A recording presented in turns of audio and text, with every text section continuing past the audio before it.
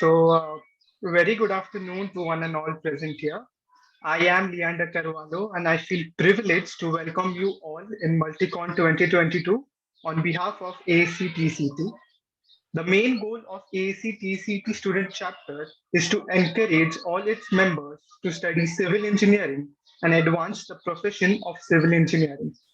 AEC stands for at the forefront of a profession that plans, designs, and constructs and operates society's economic and social engine. Thank you all the participants for joining in on time. Focusing on today we focused on the software MATLAB and how this software can be used. Many of us might be asking ourselves, what is this software? What is MATLAB?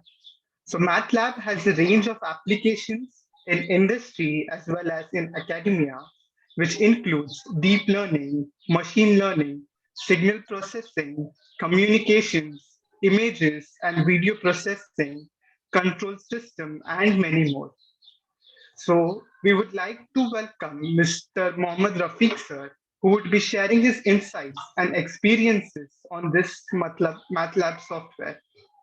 He has completed his bachelor's in civil engineering from NIT Srinagar and is also the gold medalist of his batch.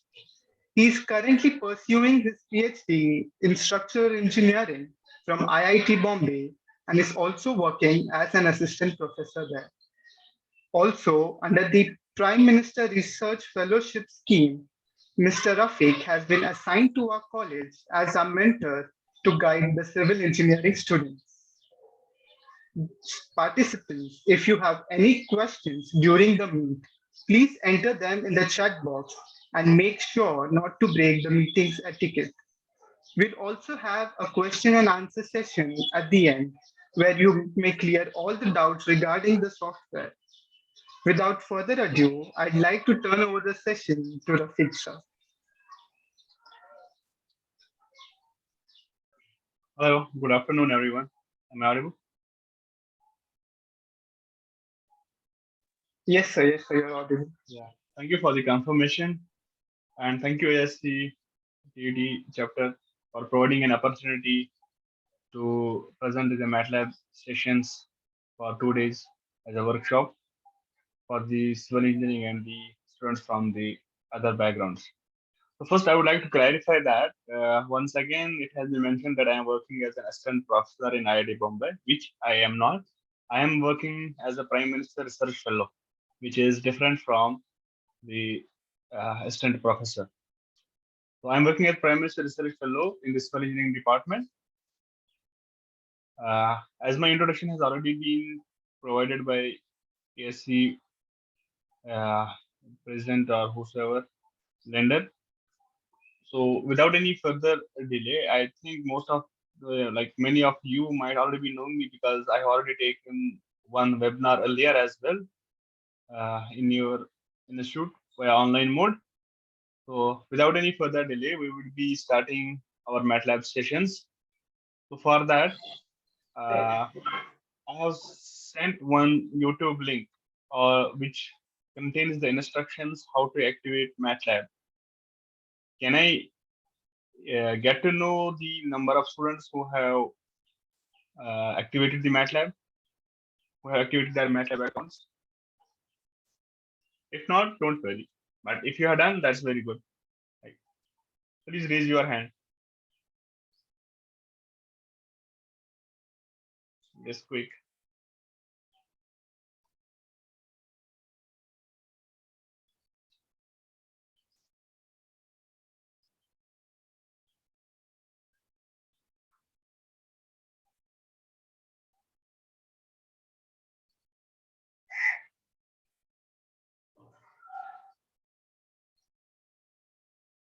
Lender, can you confirm the number of hands raised? Because Yes, sir. the number. 8 of them have raised their hands. Okay. Okay. Okay. The number is increasing, sir. Okay. Lower your hand. So we will be starting the sessions. So I will be sharing my screen with all of you. First of all, let me Do I have a double screen? Let me change the single screen.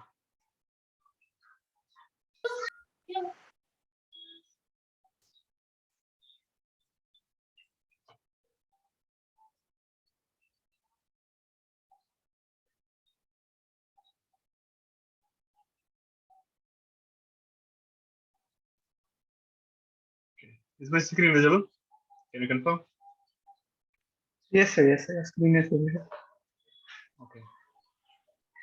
So I will be minimizing it or on side.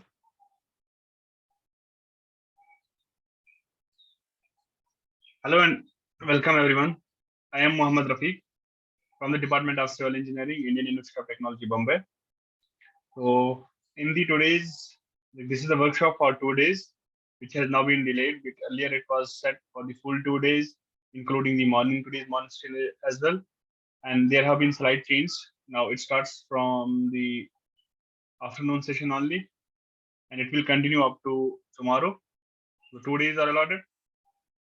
I'm Mohammad Rafiq, working as a Prime Minister Research Fellow at IIT Bombay under Professor Ravi Sinha, who's the senior most professor in the civil engineering department at IIT Bombay. So in the today's workshop or this workshop, what we will be learning is that we will see how to install and the assist MATLAB, and then we will introduce the MATLAB, and we will then look how we use MATLAB as a calculator, and we will learn the matrices and array operations. After all this basic is done, we will move to the use the MATLAB as a programming language, in which we will cover many aspects, including scripts and functions and the control flow. Then we will see how to handle the different files using MATLAB, how to plot, how to handle the others, how to debug the programs, and we will look at some practices.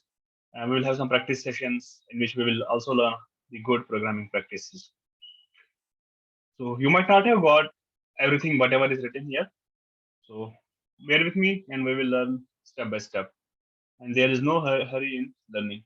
And this is the hands-on software. Like, you will not learn only from this presentation. So you have to be very active and interactive during the whole workshop to learn and to grasp the concepts properly. So for that, I would suggest everyone to have two devices, if possible, to have two devices, one from which you will attend the meeting, and one preferably which is this computer or the your laptop on which you will carry out the practices. You will see how the things work on simultaneously. Because if I do the programming stuff here and you will just see, you will not learn so much so efficiently compared to what you do if you install MATLAB, activate it, and use it simultaneously with me. If you encounter some errors, just let me know by chat, and the lender or some other coordinator will let me know if there is some message in the chat, because I can't access the chat box in this full presentation mode. Okay, so our session 1 begins here. So is everyone ready for that? Give me some hands up to check if everyone is ready.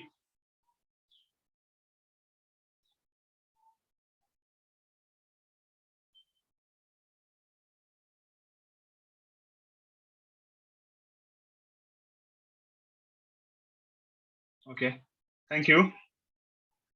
So first of all, let me introduce what actually is MATLAB.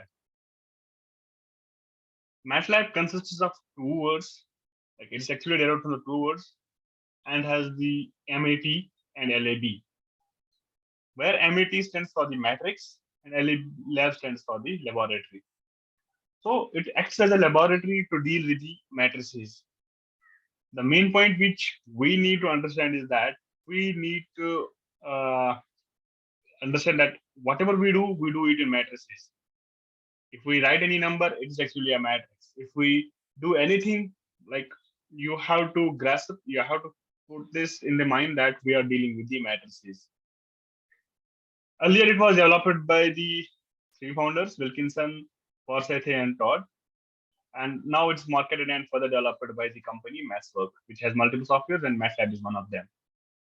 It's used for matrix-based manipulation, plotting functions, and data implementation of algorithms, creation of if we want to create the user interface, and is also available in many operating systems. Like you can use it on Windows, Mac, DOS, whatever you like. And there are a number of, you will see there are a lot of tool books which are already created there, which help us to solve our day-to-day problems.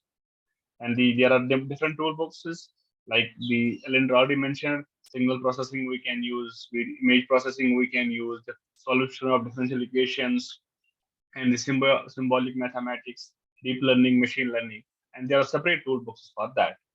So in this workshop, we will not go to that level where we will introduce you to the machine learning and all, but we will. This is the introduction, and after that, you can.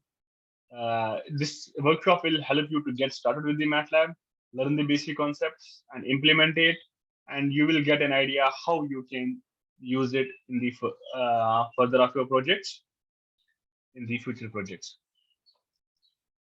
So to access the MATLAB, we have two options.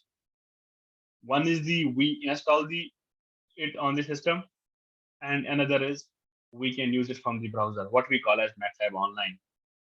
So usually MATLAB being the heavy software, it does not work well, or some of the systems, some of the PCs do not respond well to it. This, like they either hang or something. So for this workshop, I would prefer all of you to use the MATLAB Online. And I will also be using MATLAB Online for this workshop. Or even if I use the MATLAB offline, that does not matter because everything is same. The only thing is that in the MATLAB offline, it will work on your system. And in the MATLAB Online, you need an internet connection, and it will use the processors from the MATLAB server. So here's the official website where you need to. This is my email ID, IDB email ID. What I do is I just log into my account with the password and with the email and the password, and then it gives me two options. Either you can open the MATLAB Online or install on your computer. So we will be doing it soon. So another one is like I have a licensed version of the MATLAB provided by the IIT Bombay to me. But usually what happens is that everyone does not have access to MATLAB. So for the learning purpose, we have MATLAB trial version, which works best for the 30 days. And we can use it both ways. Either we can install it on our system and use it offline as well. So for that, we have this. We need to log into the MATLAB and just register for the trial, create account, and then we can either install it on our system or we can use it online. So now what we will do is we will try it out. We will create an account in the MATLAB trial version. Then we will install we will not install, we will use the online version. If anyone wants to install, he or she can do it later after the session because it will take time to download such heavy files and install it on your system. So we will do that. I had already sent you the instructions, which are available on this link. Here you can see.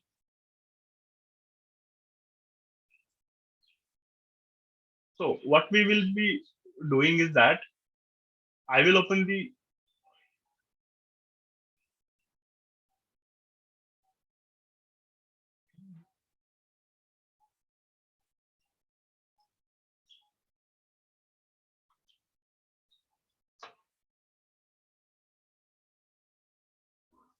is there something? Can I hide this?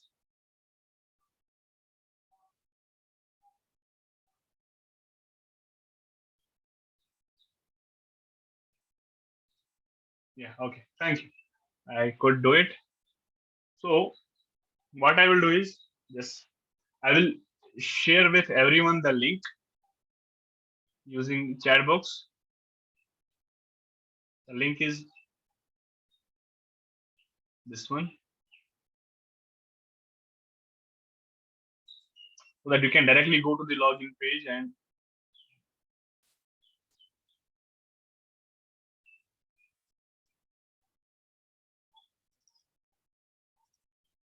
to see where can I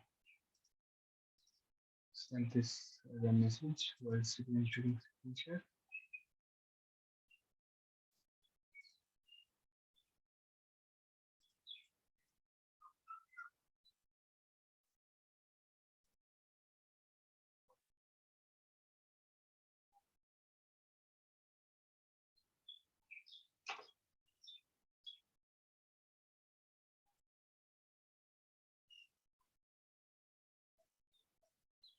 Hello, coordinator. Where can I access the chat box?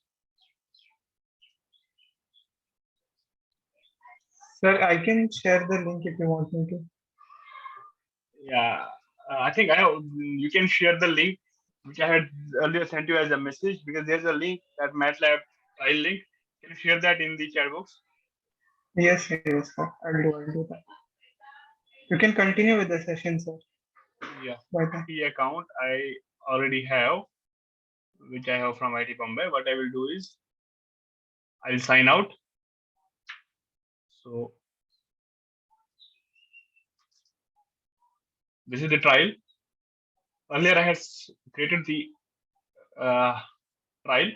So I will input my email address. You just do it with me. Here I input my email address and continue. So for me, what it will show that because I already created the account, it will show me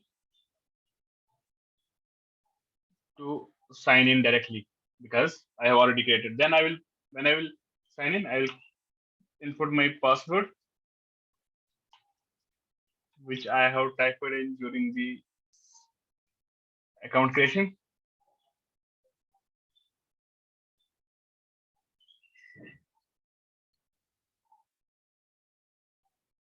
So it takes me to two options. One is Open MATLAB Online and the install MATLAB on your computer. I will go to Open MATLAB Online.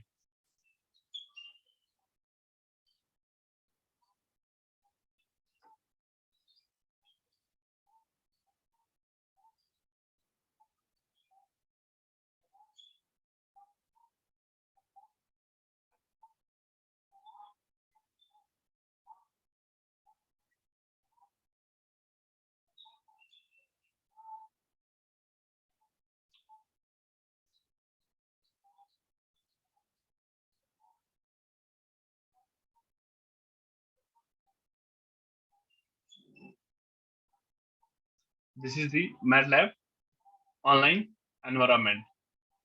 But let me take you through the process where we do it from the beginning, because I did not create the account. So what I will do is I will use my second email ID, so that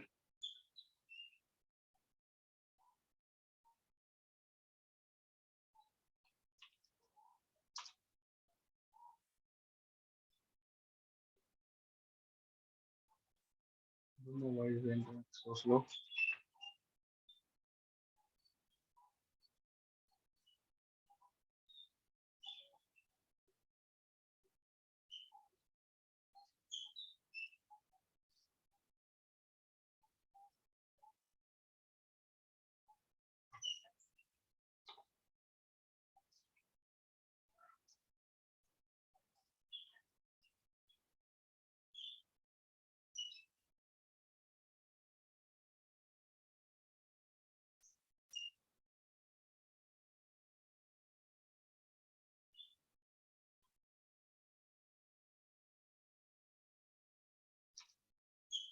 So I will go for trial version. So this is the link. What I will do is I will recreate the using different email ID.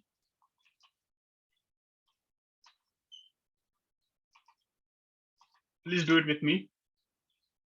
See, if you have typed in your email address, like, first of all, let me know if you have reach it to this stage where you are supposed to enter the email address. But Lender, I think you should give everyone permission to speak in this workshop because Okay. students might be facing problems.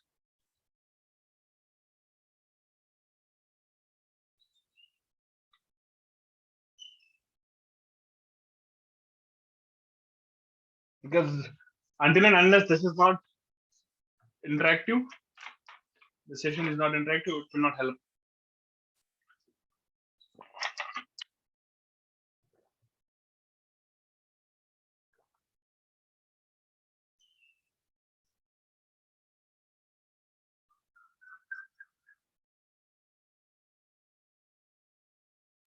Yes, sir, we have given the permission. Thank you. So please, everyone, let me know if you have reached to this step where you are entering the email address. Bear with me for this time.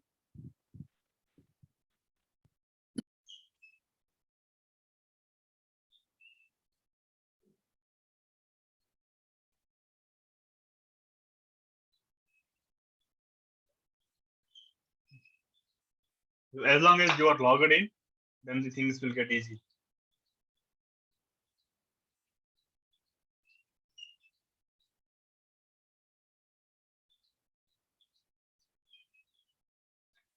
Or the different question, if anyone is facing problem, please speak or raise your hand. If anyone is not able to reach to this stage.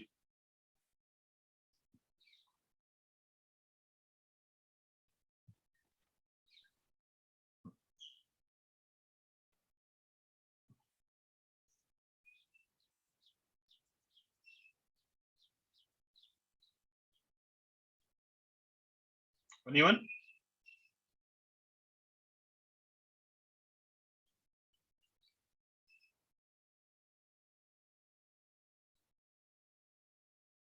So I assume that everyone has reached to this stage.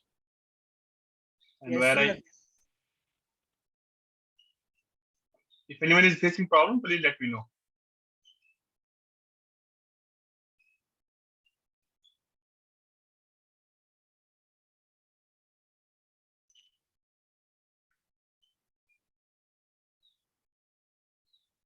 So I assume that I will continue. And here is my email address.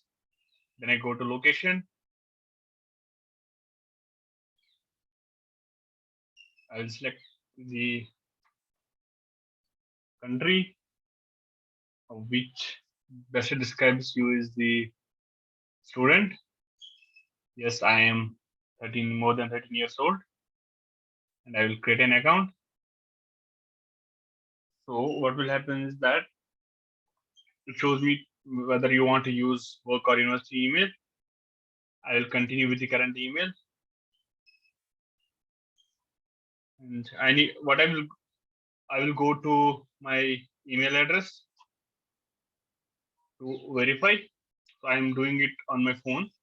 So I went to my email and I have received an email from MathsWork where I go and verify my email. So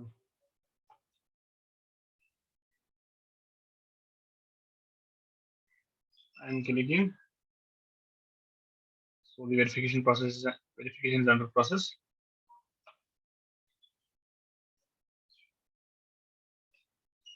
Verification. Let me open it on this because what it asks us for is that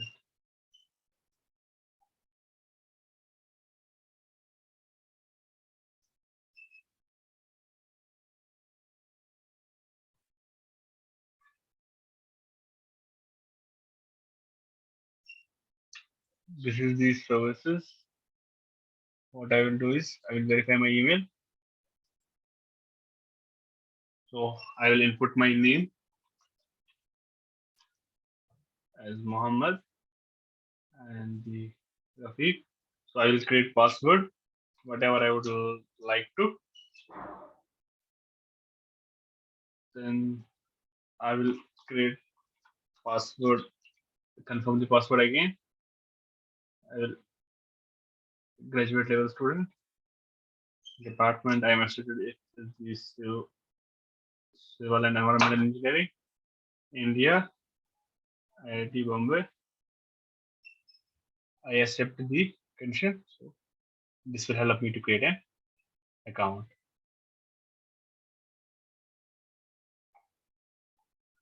So after I reach it here, I will select state, which I am currently in, Maharashtra. My city is Mumbai. So you can choose accordingly. Zip code 42076. No. So I'm expecting to graduate. So I will use the MATLAB Essentials and submit.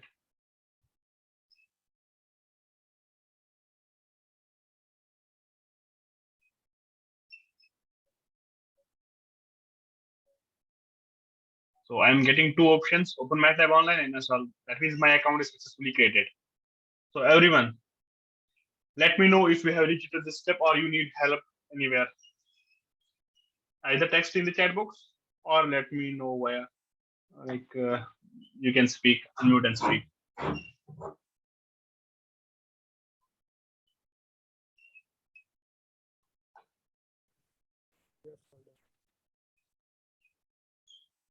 Have you reached to this stage?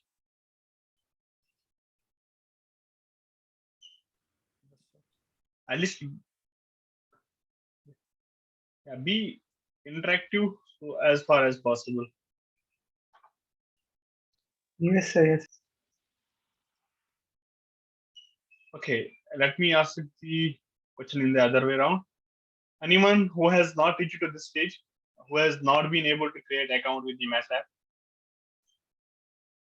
because once you are done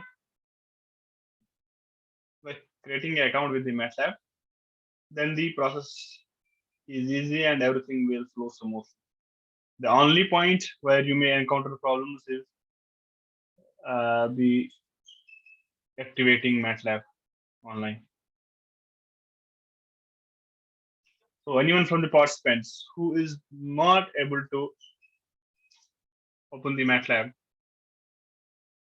or to reach to this point, I will wait for a couple of minutes for you to respond, or if you are trying, you continue to try. And if you are facing any issue, let me know.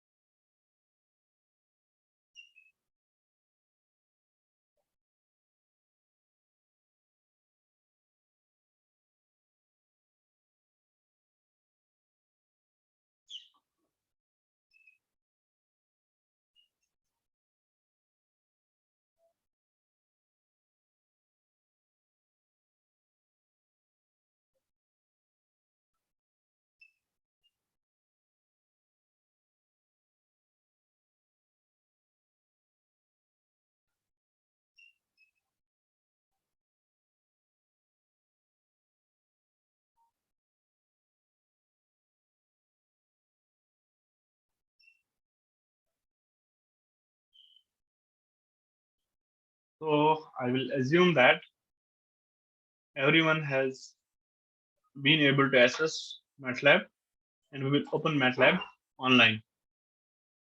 Anyone having any issues, let me know.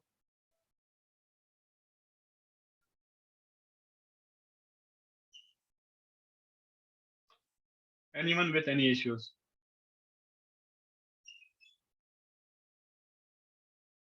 If you have been able to access the MATLAB online.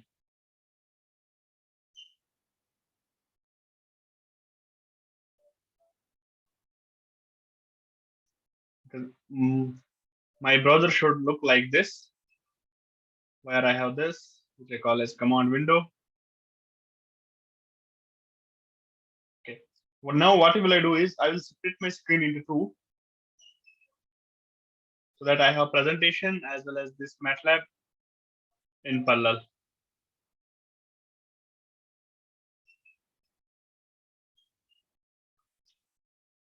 So this will be.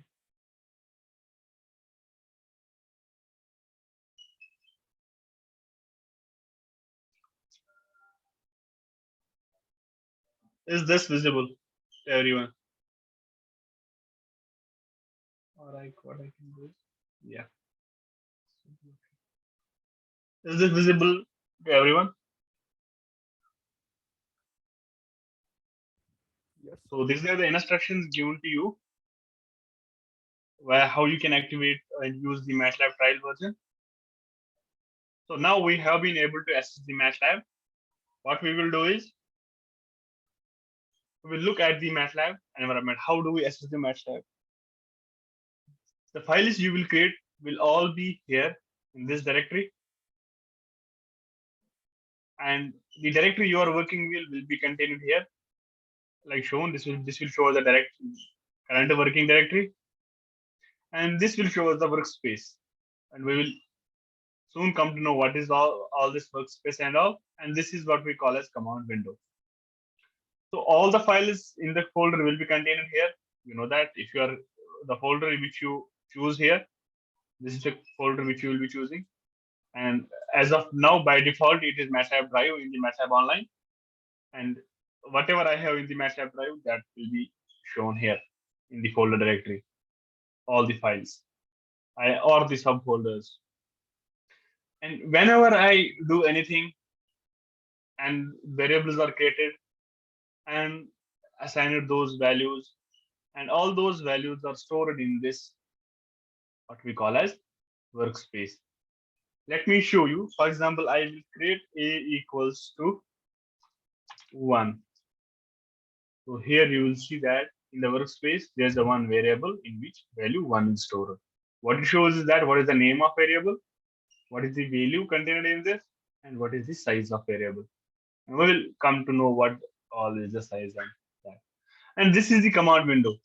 Command window means like the window where we input our commands and ask the MATLAB to do the things we want it to do. The user interface, you have come to know about this.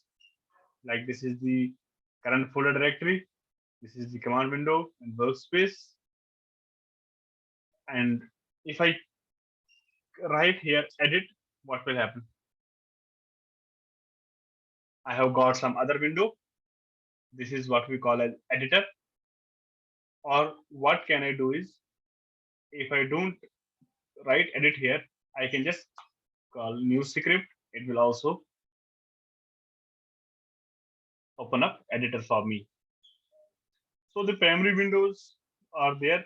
This is our editor, and this is our command window, workspace, and the current folder directory. So the everything we will learn all this during our MATLAB sessions. Now we will try to use MATLAB as a calculator. Okay, so who is with me? Who want to try MATLAB as a calculator? Can someone give me some calculation, like some simple calculation which you want to try out in MATLAB? Like what you would have done in simple calculator. We'll do it live. Come on. Someone who will give me some calculation and I will try that out in the MATLAB.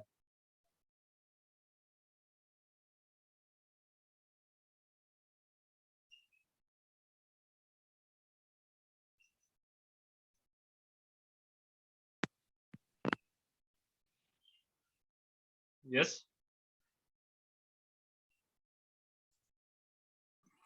Sir, which type of calculation?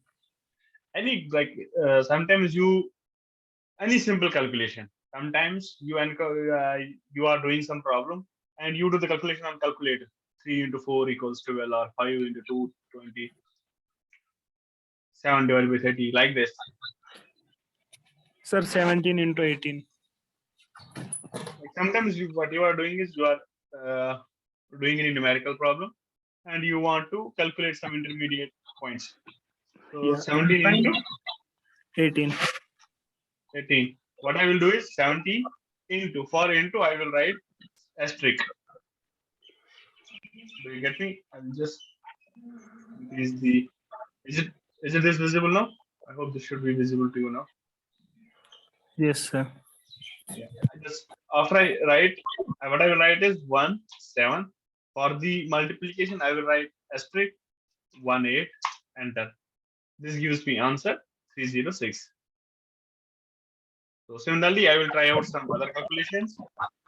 Sine inverse of question. Yeah, we will do that. Minus 25. This is minus 18.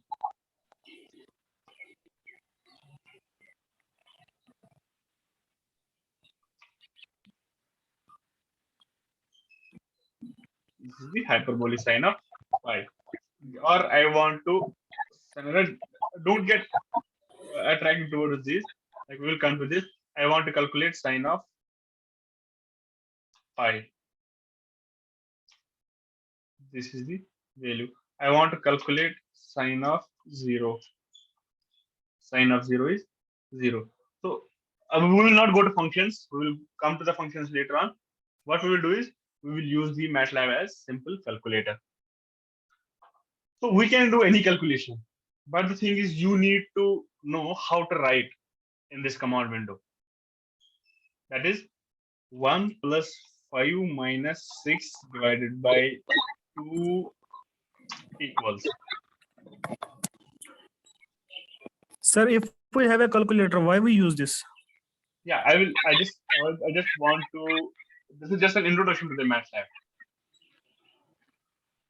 Just to know how to write plus and minus, because after this session, you will be able to differentiate between, or after this or tomorrow, you will be able to differentiate between what are the plus points in this, which we do not get as in the calculator.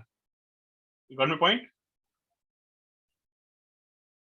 Because it contains a lot many functions than any calculator or any scientific calculator contains. So this is just an introduction to let you know how the thing is processed. Like if we want to do plus minus or something. So the things go like this. Now what we want to do is we want to store all these variables into all these values into a variable. Let me show you. Because I already told you that there's a workspace. Because whenever we were trying this 3 plus 4 by 25, it was getting stored into a variable ANS, which is answer. So every time we were calculating any other expression or any other value, it was getting stored in the same variable answer. And the earlier value which was contained in this variable was erased. So this is what we call as overwriting. Now we will come to know what is called as variable assignment. And in variable assignment, what we do is we store some specific values in a variable and then carry out the operations which we want. And from that operations, we store the variables again. We store the variables again in a different, we store those calculations again in a different variable. Let us try that. I want to calculate this thing again. Or some other example. A equals 1. So what it does is, it has written A equals 1. And this has been stored, this is stored in a MATLAB. And after that, I will write it B equals 2. And then I will write C equals 5. And D equals 6. Okay. Now I want the two variables out of, or two calculations to be performed on these variables. Okay. Just forget this, whatever I'm doing. Okay. It's just so that I can erase this space. in the comma during between the lines. Now you will see that my command window lines in the command window are compact. So we will come to this later, how we do it, why we do it, and how we do it. So I want to calculate my variable because I have already assigned the variables A, B, C, and D. This answer is already there. So A, B, C, and D. Now what I want is I want to be E. I want to calculate as variable sum of all those. That is A plus B plus C plus D. What it does is it creates another variable which stores E into as the expression of A plus B plus C plus D. Sir, We it do not means, sir, need. we can solve long equations by this. Yes, we can do that. The main thing is that we don't, as of now, I am only introducing you to the science of the MATLAB. And so I want to look, I want you to look at what are the changes happening whenever I am doing something here, what are the changes happening in the workspace. So when I input my E equals A plus B plus C plus D, what happened is E is equals 14. Earlier E was not here. E has been created with the value of 14. So whenever I may need to do some other calculations, F equals E divided by A. So this is 14. Or F Sir, equals, in mobile app, there is no workspace. no, there is a workspace, but it will not be showing you there. Because it may not be visible there. Workspace is always there. Because how can all we the check? variables are calculated in this workspace. I will let you know how to check the workspace in the variable, but as of now, I would suggest everyone to use only use computer for this MATLAB to, like, as of now. And after that, you can use because that's just if you want to do something on fly. So I would not recommend mobile application for the MATLAB as of now. Okay, sir. So I will write F equals E divided by C. So I do not every time need to, because once I have stored A, B, C, D, and E, all these values, so I can perform any calculation on these. I do not need to assign the variables.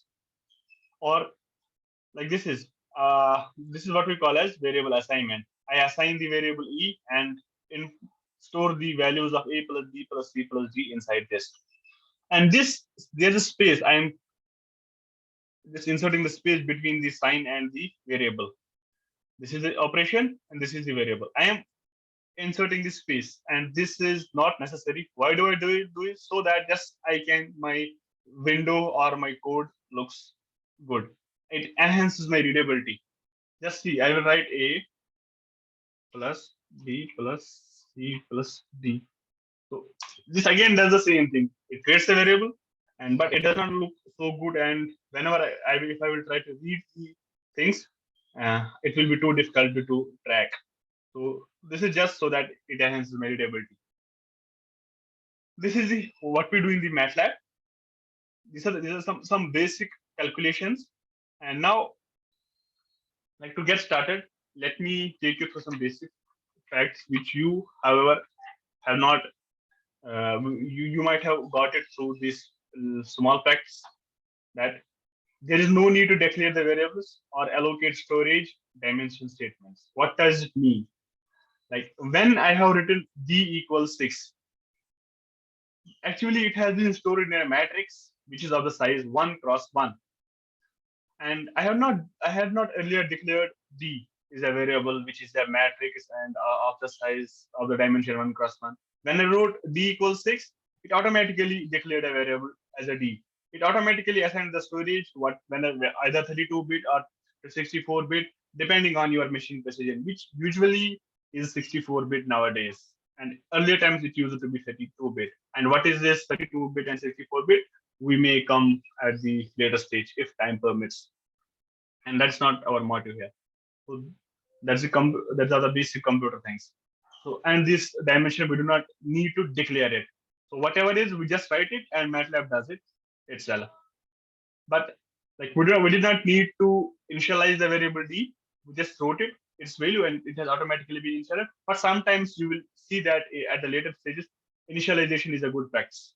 Like we already write that A is my, like B is my, D is my vector, D is my matrix of size this, which contains zeros or something, which we will see in the later practice sessions. So we can, like you have seen that here, we can execute the program step by step with access to all the variables and functions which are here. And we will come to the functions in the different session. So the main thing is that you can, whenever you assign the variable, there are the specific rules to assign the variable. Let me check this. I want to create a variable 1d equals and store the variable 67 in it. What it does, it shows me an error that invalid use of operator. It means that 1d I cannot use as a variable because there are specific rules. The rule is that variables cannot have special characters. Special characters include semicolon, colon, all that, and these cannot start with a number or an underscore. What I do is, if I do in place of that d1 is equal to 67, you can see this in the workspace variable has been created. So you need to take care of these things. So if my command window gets dirty, what I can do is I can write CLC. So CLC, what the CLC does, it clears all my command space. It clears my command window, but it has not cleared the workspace. Remember, instead of this, if I write the clear, what it does, it clears my workspace. All the variables which were stored in my workspace are now erased. So if I need to do anything, I need to rewrite the variables. So I will clear my command window, and then I was telling you that I will write a1 is equal to 9. Okay, I could write a1, but I cannot write 1a. Like I can even have the variable name as varab variable. I can write underscore name as long as possible. Variable name 1 is equal to 0. So variable name 1 has been created with the value 0 in it and its size is this. And you should always, like, suppose you should always avoid the variables same as the function names, because we have a function in the MATLAB which calculates sine, like sine of 2. What happened? Can somebody tell me? Because earlier I was putting sine of 2, it was giving me answer. Now when I put sine of 2, it does not give me an answer. It throws some error. It is because you created one variable named sine, Yes. and Yes. instead of finding the like working for the output, you are just going to the geometry wala sign. Exactly. So what happens is that you should always, like, it will work like you are writing sine and assigning it a variable. Now it will not work as a function. It will now work as a variable. Because sine is already predefined function in the MATLAB, you should strictly avoid it. Otherwise, you may encounter errors if you want to use that function again. Because let me now clear this. So now sine is not my variable. I will write sine of 2. It gives me some values. Sine of 2 equals this. But, and also whenever you, and because there's an error, index exceeds the number of array elements. Like we will come to this because we will see how to use the array elements. Here is, like, the MATLAB is so efficient that it already tells you that sine appears to be both as function as a variable. If this is unintentional, use clear sine. What it does is it will erase only sine variable. Others will be in the workspace. Like for example, I have a equals 1, b equals 3, sine equals 5. So I have these 4 variables. I want to clear now only sign. I want to save or rest of my variable. I will write clear sign. It has only erased my one variable here. So because we will need to use these variables later on. So follow here. We strictly need to avoid the variable names and function names, which you have got through. And there is something we call as comments. The comment is that we do not want MATLAB to write that stuff, to execute that stuff, because every line we write is getting executed in the MATLAB. It has a meaning. But if you want to write something for yourself or to help you out, what will happen is like MATLAB gives us a way to do that. If I do percent, if I write a percent, then I write this is my trial session. This has no meaning, but when I input the percent in front of any line, it means that this line will be ignored. I am telling to MATLAB that this is not, you are not supposed to execute this line, just ignore this line and proceed. And this is, I am writing this for my own reference. And we will see it later how this commenting helps. You can see that this is not like, this does not, this did not do anything, but it proceeded to a different line. If I do it, if I write it this without inserting the percent sign in front, what will it show? It will show that this unrecognizable function or variable this. So that this is neither any variable nor it is any function. Similarly, when I do this, so it does not do anything. It just takes me to the second line. I hope you are following. If you have any issues, you can just unmute and let me know. So I will clear this space. So I have already told you, how do we write? We are just getting started. Do not just say that what we are doing, these are the very basic things. We're just getting started with the MATLAB. And the best thing is that if you try it out simultaneously with me on your PC. So what we will do is we will write a variable name. Variable name will be something, anything. Variable name. I have already told you. My underscore first underscore variable.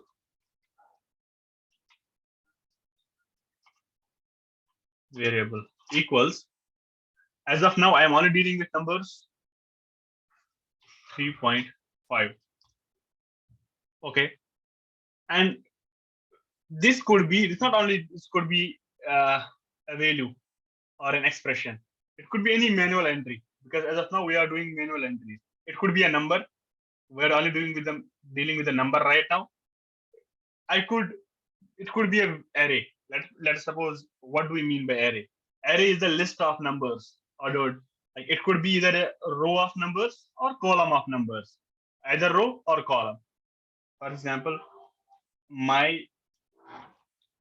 first or my array, I am creating a variable my array, and I will write different numbers in this. 2 space 1 space 3 space 5 space 6.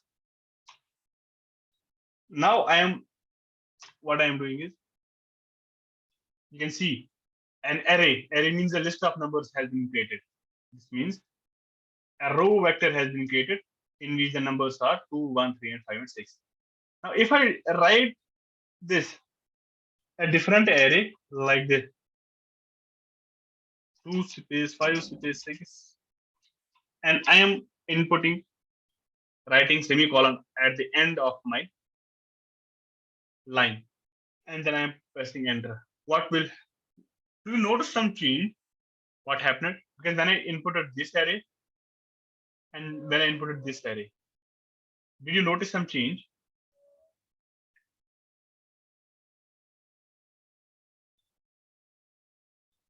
Okay, tell me, what has this done, this line?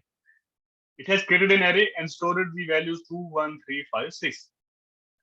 But it has already also been written to the command window. But sometimes what I want is only want a particular values to be written in my command window and not the arrays, like not all these. So the things which I want not to be printed, not to be written in the command window, I just input the semicolon at the end. It creates the variable array and stores the 254 in it. And this is of the size 1 cross 3. It means it has 1 row and 3 columns. Like these are the 1 row and 3 columns. And the variable is created, it is stored in the workspace, but the only difference is not shown in the command window. It is not printed to the command window or displayed in a command window. And these matrix, we will see how we write arrays, how we write matrices and other variables. We can use built-in function because already I told you that sine 0 equals sine of 0. So this is my valuable expression which I am telling to you this one. It could be number, it could be array, it could be matrix, it could be any other variable. Sine of this is sine of 0. Okay. So there's a variable created sine 0 in which the value of sine 0 is input. Or it could be any other variable. What I can do is I can just write a variable d or variable variable equals sine 0. What it does is whatever is contained in this, because this is itself a variable, whatever is contained in this variable is also stored in this variable. So it could be the built-in function, or you can define your own function like sine in, sine, cos, and all these are built-in functions. If you want to define your own function in the MATLAB, which we will be doing in this session 2, so it can be user defined functions as well. So sometimes, like currently in the variable b, variable, I have a value 0. If I write variable the same variable and put equal to, and I will write it the number 39, and what will happen? Do you notice that now no, wait, because I have created the different names. This is my variable. Now look at this. I have a variable in which 39 is stored. So I will write the same variable, variable, and store some 56 number in this. Earlier, this was the variable in which 39 was stored. Now the variable is there and the value has been overwritten. So you need to take care of these things.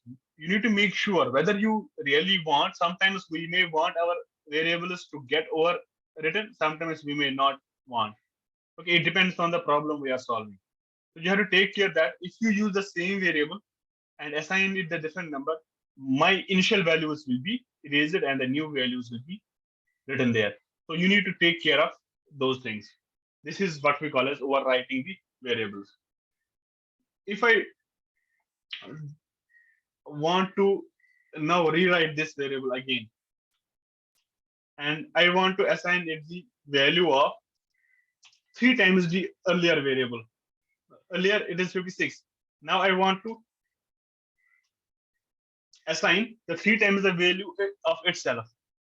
What I will do is I will write variable is equal to 3 times variable. I am writing EE just so that it may not clash if in case variable is a function or the predefined number. You can see now the variable value has updated to 168. So I can use the same variable in and store it in the same variable, or I can write a 3 times variable plus something and all that.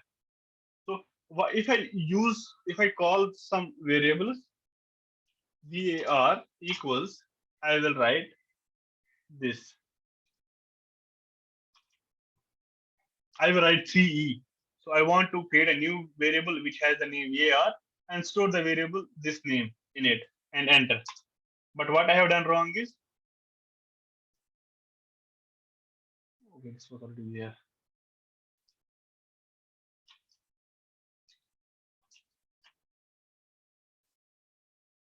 So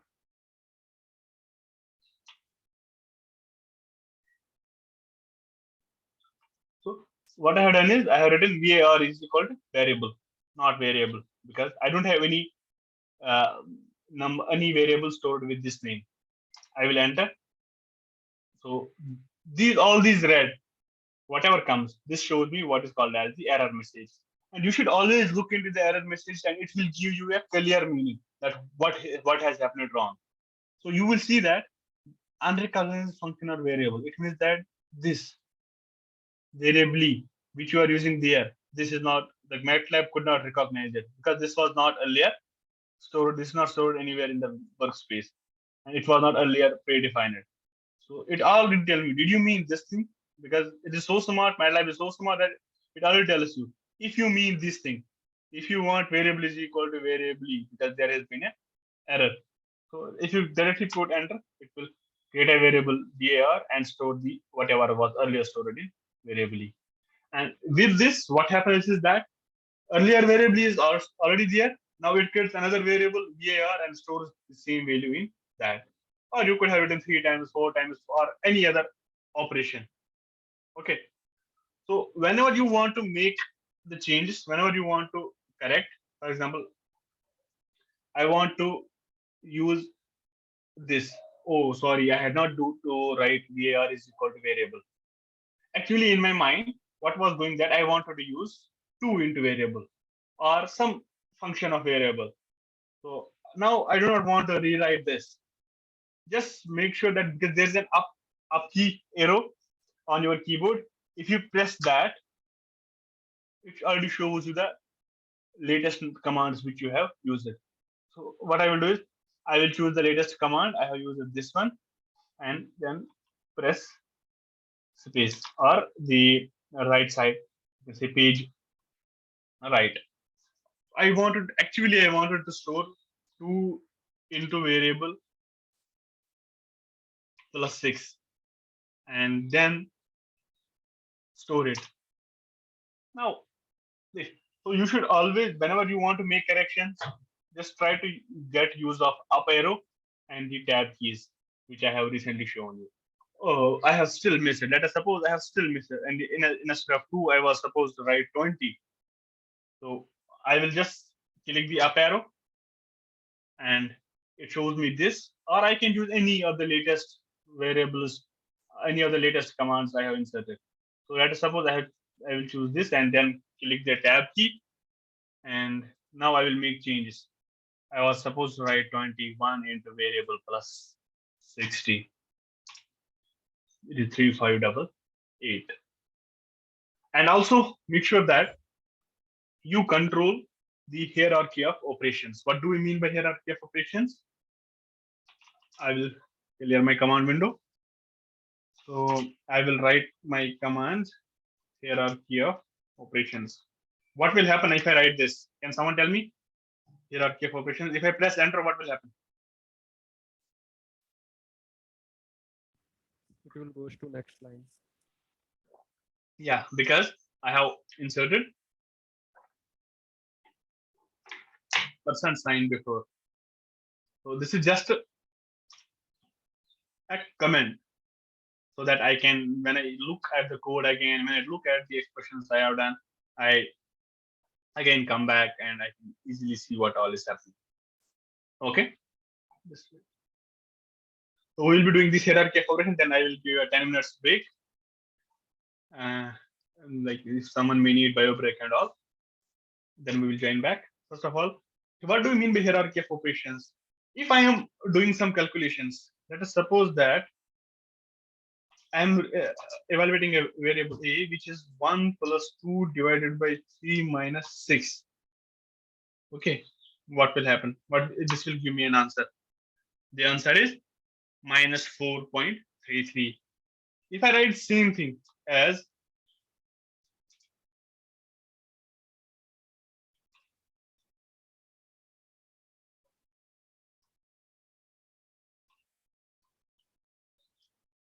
The answer is -1. If I write same thing in a different way,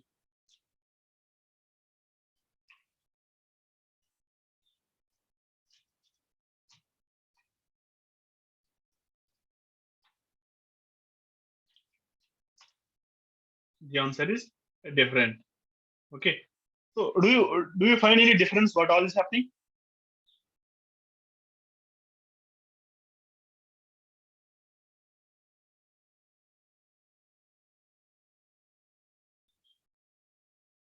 Or do you remember the like during the classes 5th, 6th, or Yes, sir. 7th? Burma's rule.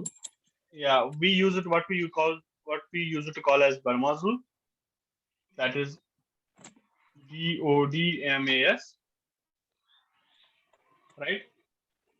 What happens is that like MATLAB or any other software, it follows a particular hierarchy of operations. That if I am writing We this have command, what will first be evaluated? Like this is plus, this is division, this is minus. Similarly, this is plus, this is division, this is minus. So first of all, the brackets are evaluated, and in this I have no brackets. Then what is O? off. Off. As of now, I have no off in my expression, and this is division. You can see that first of all it will follow the division. That's 1. It will leave it as 1 plus it will calculate 2 by 3. What is 2 by 3? It will be 0.667 something. Okay. Then it will go to addition and then subtraction. So 0.333 or 0.667 something will now get added to 1. It will become 1.67, and when it 1.67 minus 6, it will be minus 4.333. Similarly, if you wanted your expression this way, it will do is it will just first off calculate whatever is inside the bracket. This is 1 plus 2 is 3, and then divided by 3 minus 6 is minus 3. That is 3 divided by minus 3 will be minus 1. Similarly, this 1 plus 2 is 3 divided by here it will be 3 divided by 3 minus 6. Then it will go to the division, and it will be 3 divided by 3 is 1, and then we will have expression as 1 minus 6, which will be 1 minus 6 equals minus 5. So this is what we call as hierarchy of operations. How, like, first bracket gets evaluated, and then division gets evaluated. In this example, then plus and then minus. So you need to take care whenever you evaluate any expression. You need to take care what all we are doing and what exactly we want our results to look like and what actually we are calculating. So we will be continuing after it is 2:20. So we will be continuing from this at 2:30. So 10 minutes break for everyone.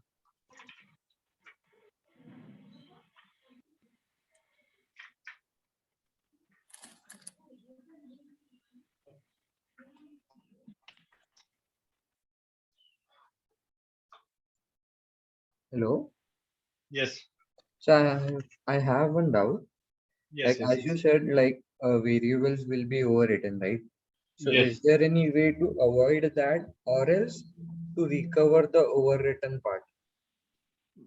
No, we can't recover the overwritten parts, but there are multiple ways to avoid that. And we will be looking at when we do the matrix operations, either in later in this session or tomorrow's session. When we because as of now we are dealing with the single variables. And when we do the matrices and all that, then I will show you how to avoid the overwriting. If you like, it is depends on your intention. If you want to overwrite, then there are no issues. If you do not want to overwrite, then what can you do? Because you want to store this variable and then rewrite. What you can do is you can store this variable in any other variable. Even if then after that you can overwrite it and it does not harm you. You got my point? Yes, sir. Yes. Yeah, we will look that into the when we go to the matrices and array operations. Okay, sir. Thank you. Any other, like someone who has any question or any issue with the MATLAB up to the point now, even if it is the installation issues or access, you're not able to access, or you're not able to get whatever I have covered till now.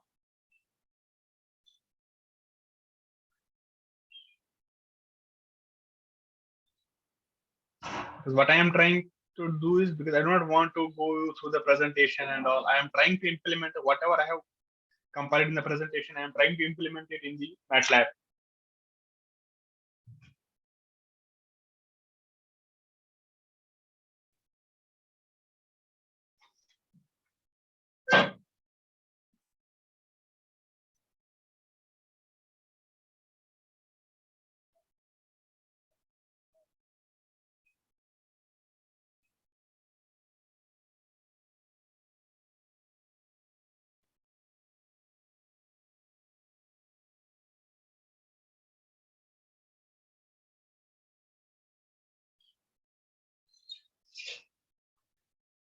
Anyone with any question or with any doubt or anything you want me to cover immediately, or you want me to cover in the overall workshop time?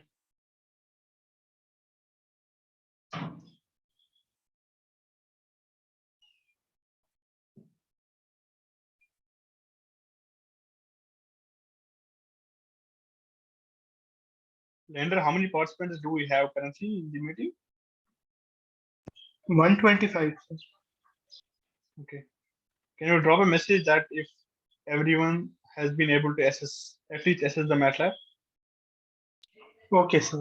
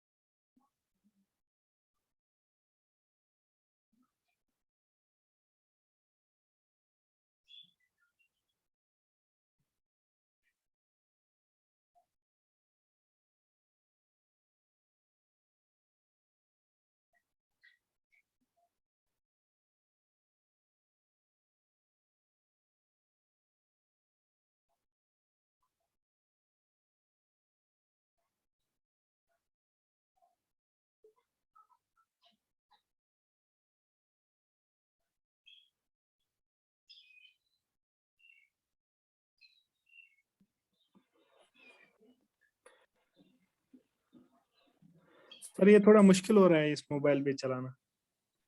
That's why I already told you to use it on the system. Do you have access to PC? Sir, next session I will sir connect. Where is your PC? Don't you have PC with you? Yes sir, I have, but But you just need to, you don't need to install, you just need to log in. Because you already created an account. Just go to matlab.mathswork.com. Render, can you just insert this in chat? Trial link, sir. matlab.mathswork.com. Okay. I should have been able to access the chat, but I'm able to do that.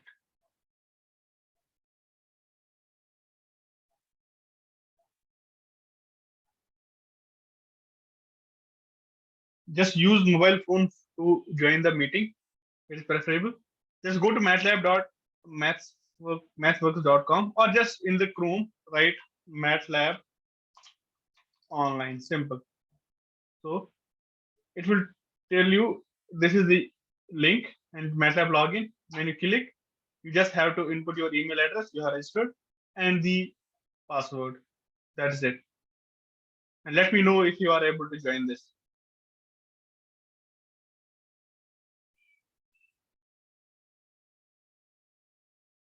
And you don't need to install anything as of now. But for the future references, you will have to install it. It is preferable to install it offline, but as of now, you can just continue with the MATLAB online. Okay, sir.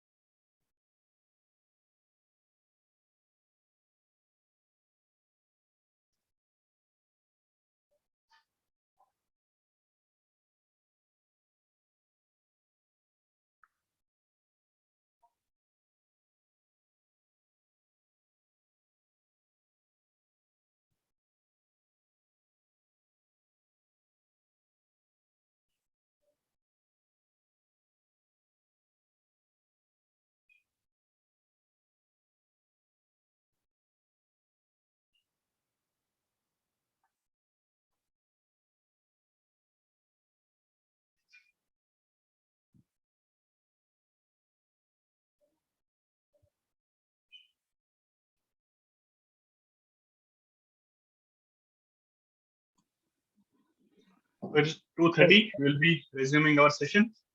I hope all of you are back.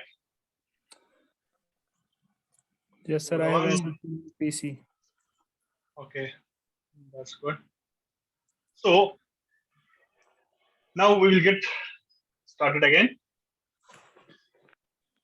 Whenever, because as if you are new to MATLAB, and even if you are not new to MATLAB, you might not be knowing all the functions which the MATLAB does. And you always, MATLAB has a very good feature, what we call as help. Almost all the softwares which are well reputed, they have these. And MATLAB is the one among them which has the help available. For example, I want to calculate the square root. Okay. And for that, I have a function sqrt.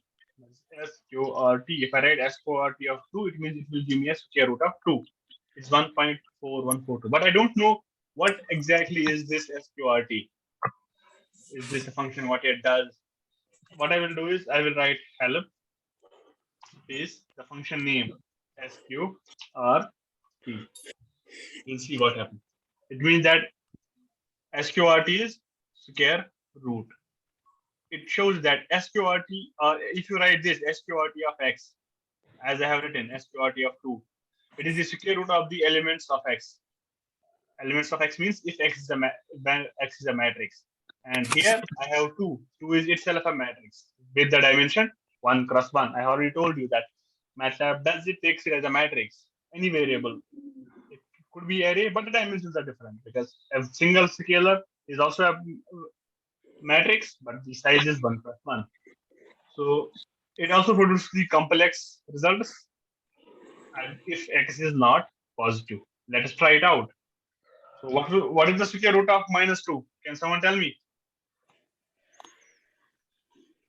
1.41. 1 point? It's a complex number. Yeah. Which complex number? So mathematically, what will we do is it will take it as minus out. that's iota, and then calculate the square root of 2. Here, this is the complex number. Do we write complex numbers as a plus iota b or a plus b iota? Yes, sir. Here, this is the real part and the complex part. 0.00 plus 1.4142 iota. I means iota. Like, I can't use, like, whenever I is equal to 5 or I is equal to 2. Okay, so I should be very careful. Okay? I should usually not use these predefined variables because I is a predefined variable in I is 2. Now I will clear the variable I and then I will write what is I. Then I will write what is I. I is actually the predefined variable in the MATLAB which contains the value 1 iota. So if I write the I, then I can't use it as an iota. Sometimes I may want to create the complex numbers or like that. So you have the, this is help is useful when you have the function name. But like this, if I call help for the sign function, this is for this. Now I can also use look for.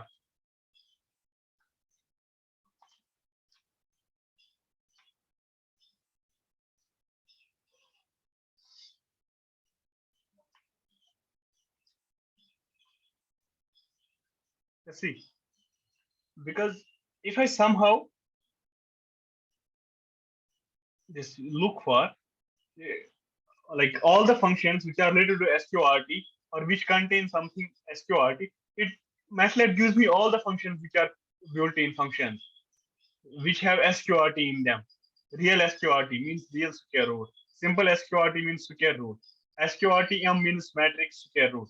Similarly, SQRT TBT and all these you can see real SQRT, VS SQRT, and all these. If you need it, you may need it during the advanced levels. But what I wanted to show you is that there are multiple functions with the SQRT, and what I did is I just wrote look for, and then the function will give me a list of all the functions.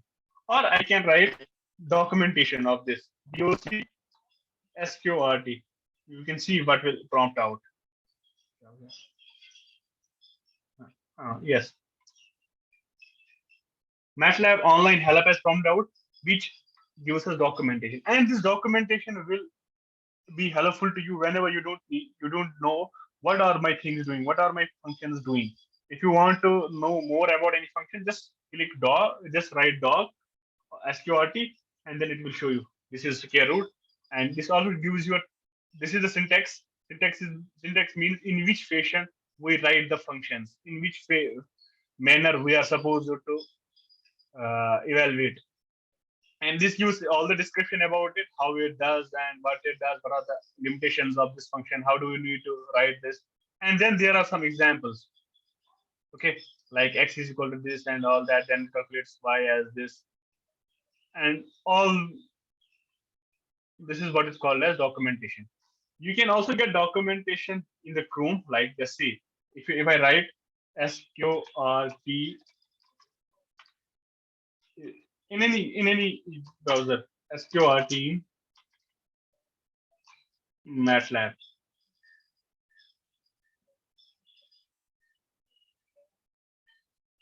You will see that you exactly get the same thing, which you have already seen. You don't need to go here. But whenever you don't know, you can just type it in any browser. Here, this is doc dot any function. Let us suppose doc dot, I don't know what this function does. I have a function, I am AG, but I didn't know what it does. I was having in the mind that there is some function which I call it AMAG, and it calculates the imaginary part of any complex number. That is, if I write, because I already had a complex number, if you can remember, this ANS, I have a 0.001 of this.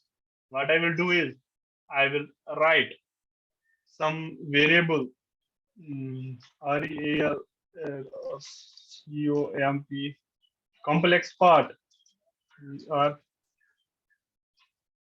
imaginary part equals I am AG of ANS, because ANS contains 0 plus 1 iota, right? It means that complex part is 1.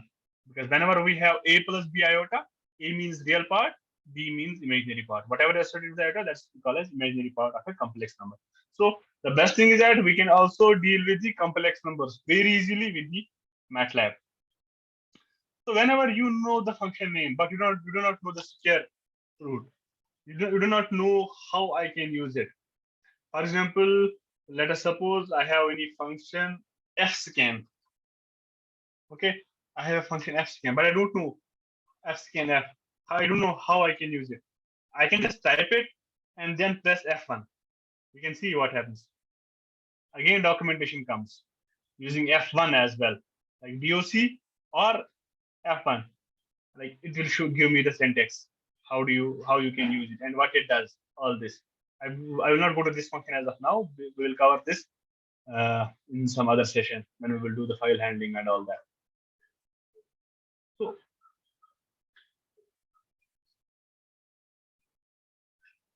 if I write C also,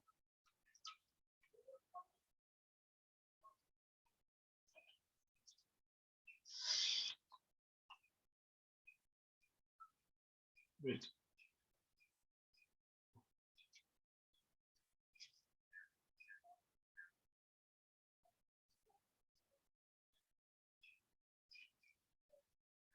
I want a help regarding a function a sign.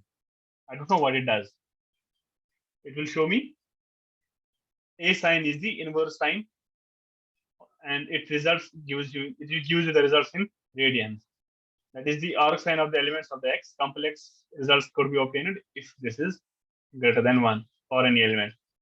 And now I want to show this a also, a c also, that there's an option because there's some function kind of this a sign inverse. So it tells you to go to check this function as well. Sign, we already know this. A sign D. I don't know this, but it's A sign D. I'll just click on this. It will show me it will be in inverse sign, but the results will be in degrees because inverse sign or inverse tangent or inverse cosine, all of these means that we want to calculate the angle of value. It could be either in radians or in degrees, but you should make sure that whenever you use function, what are your outputs? How are they calculated? So if you only write, just see a sine of, let us suppose 1. It is 1.5708. Okay. Of 1. It's 90. What is this? It means this is in the radians, 1.5708 radians. That's at 1.500 radians, my sine of function is equal to 1. Or at 90 degrees, my sine function is 1. So by default, if you do not write anything here, it will be in the radians. If you write d, it will be in degrees. But believe me that I also did not know that a sine d is a function there. So what helped us is that c also. Like if there's a kind of a function is kind of known. You don't exactly know what the function is, but function is kind of known. You can use the feature called as c also. But if nothing is known, either function is known, nothing is known, there is always a Google, and where we will write how to. Let's suppose I do not know how to calculate the sine inverse. What I will do is I'll write in a Google how to calculate sine inverse in MATLAB.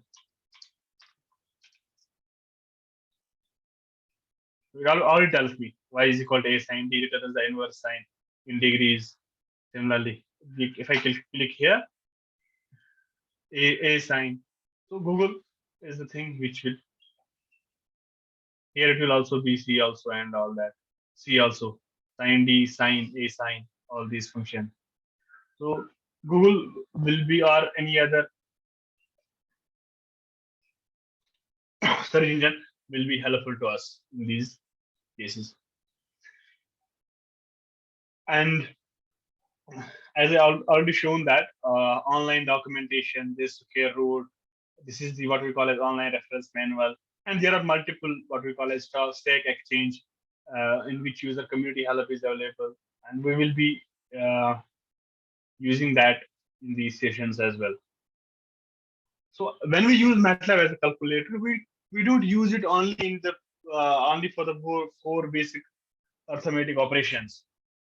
Okay, so what it does is it calculates, it can calculate the exponents, negations. Suppose that a equals to, this means the exponent 2 raised power 3. Answer is 8. I will again go to 2. Now I will write a equals 2 raised power 3 into 5. Okay. And b equals 2 raised power 3 into 5. So what is, again, like hierarchy of operations. I will not go for the details. This is again an example of hierarchy of operations. So I want to calculate 2 raised power 3. It means 2, which I am multiplying 3 times. Obviously, answer will be 8. Here, this is 2 raised power 3, and then overall this is multiplied with 5. Because as per the hierarchy of operation, first this will be calculated, what we call as exponent, and then after that, this gets the precedence. So the first preference goes to, out of these two, first preference goes to exponent. It calculates 2 raised power 3, 8. Then it multiplies the 8 with 5, which is the answer is 40. Here, bracket has a higher priority. What it calculates is 3 inside the bracket. 3 into 5, 15. Then 2 raised power 15. 2 raised power 15 is 32768, as we can confirm from here as well. Okay. So we can use the negation. Like I can directly write a is equal to -1. Okay. But negation will not be like that. If I try it out, it means is a equal to 1? Negation is if this is not equal to 1. Okay, it shows me logical 0, and we will be coming to logical operators in upcoming, either in upcoming session or somewhere where we will see how we use the logical operators. Because logical operators are, we either they contain only 2, either 1 or 0. They evaluate the expression, either this is true or false. So we will do that later. Similarly, division we have calculated, and there is somewhat we call as left division. It will be covered in the matrices, because there is we can't divide the matrices, but there is something we call as left division, which will correlate with the inverse of matrices. So sometimes, like you are carrying out a number of operations in a MATLAB, and it is taking a lot of time. You want to abort the ongoing computation, you can just click the Control C. Here, Control C does not copy. You should go through this and then click Control C. If the MATLAB is running, it will abort the ongoing computation. You can write this triple dot to continue to align. For example, I am writing an array A equals, as has noting 1 space 2 space 3 space 4 space 5. But if I go down and then write 6 space 7 space 8 space 9 space 10, and this, it writes me a matrix 1 2 3 4 5 6 7 8 9 10, 2 rows. But instead, if I do like this, because I have less space, 1 space 2 space 3 space 4 space 5, then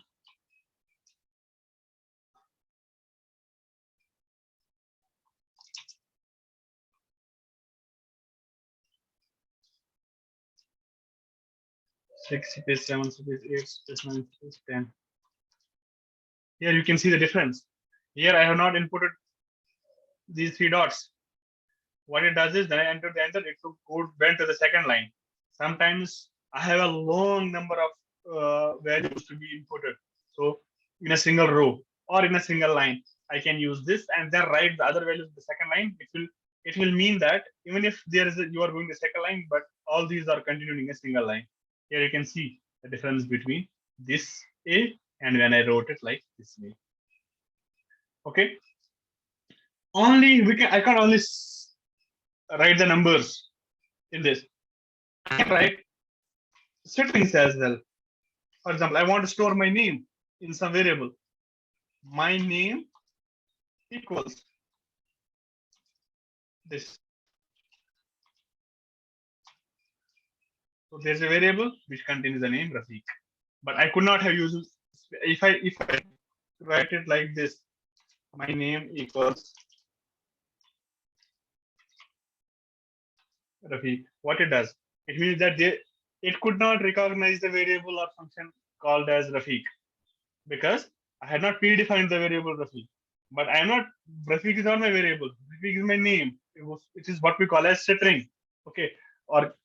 And I want to assign it to a variable, my name. I need to write it in a single inverted commas. Here I did not use single inverted commas. My MATLAB threw an error. But when I wrote it in the single inverted commas, there has been a variable should have been created. This is my name, Rafiq, and this is the size because it contains 5 characters or a FIQ, so size will be 1 plus 5. And there are some other mathematical functions. Let us try out. So I'll CLC, which will clear my screen. Square root of x, I have already taken it. I want to round my numbers. You can see now. Those who are saying that how we can use it better than the MATLAB, you can see I want to round it 0.05. What will it do? It will round the nearest integer. Okay, I want to round 0.6. This is 1, but it rounds to the nearest integer. Sometimes what I want is I don't want 0.05 to be like this. I want to round it to the nearest 10.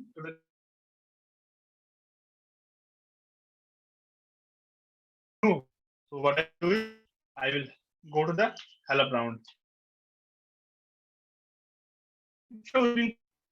Yeah, it will round it to the nearest decimal. Okay.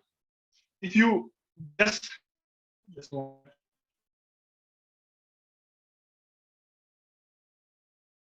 Can you restart it? Yes, sir. Just give me a minute. Okay, now it's showing recording in progress. Yes, Don't know yes, why yes, it's stopped. restarted.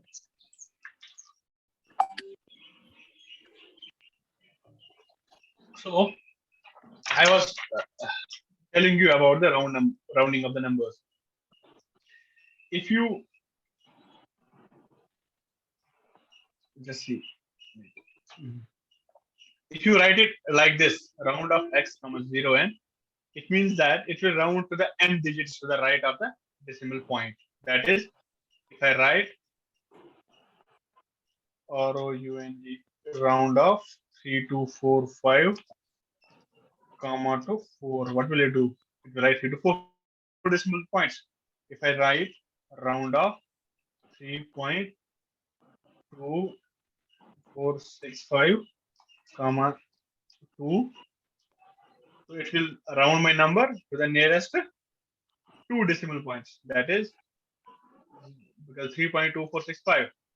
You know the rules of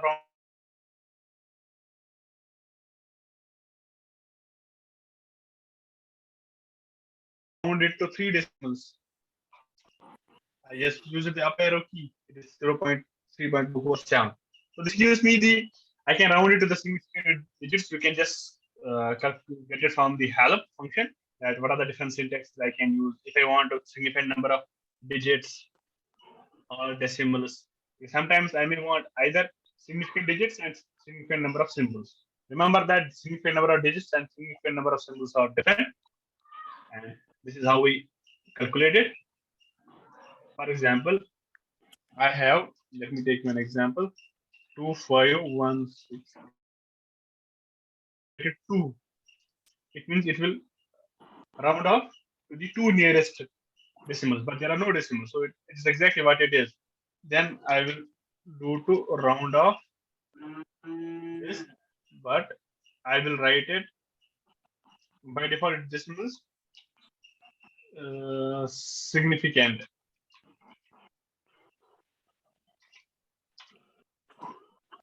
Significant. Then I will press enter. It shows me. Just see, because it has now been reduced to two significant digits. These are the two significant digits, because you might have already knowing the difference between the significant digits and the difference between the decimal numbers. Or I want to round it off with the four significant digits, which we usually do, and this is the rounding off. So similarly, you can calculate the sum. For example, I have A, which contains three numbers, 1 space 2 space 3. Enter. Roll. Now yes. Hello.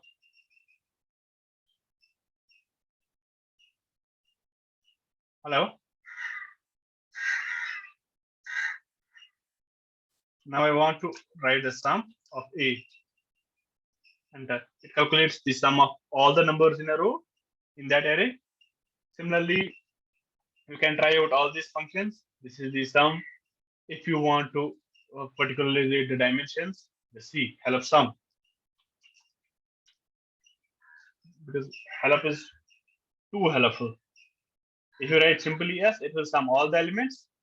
If you write all, it means that by default it is all. But if you write all, then you are very sure that it's all.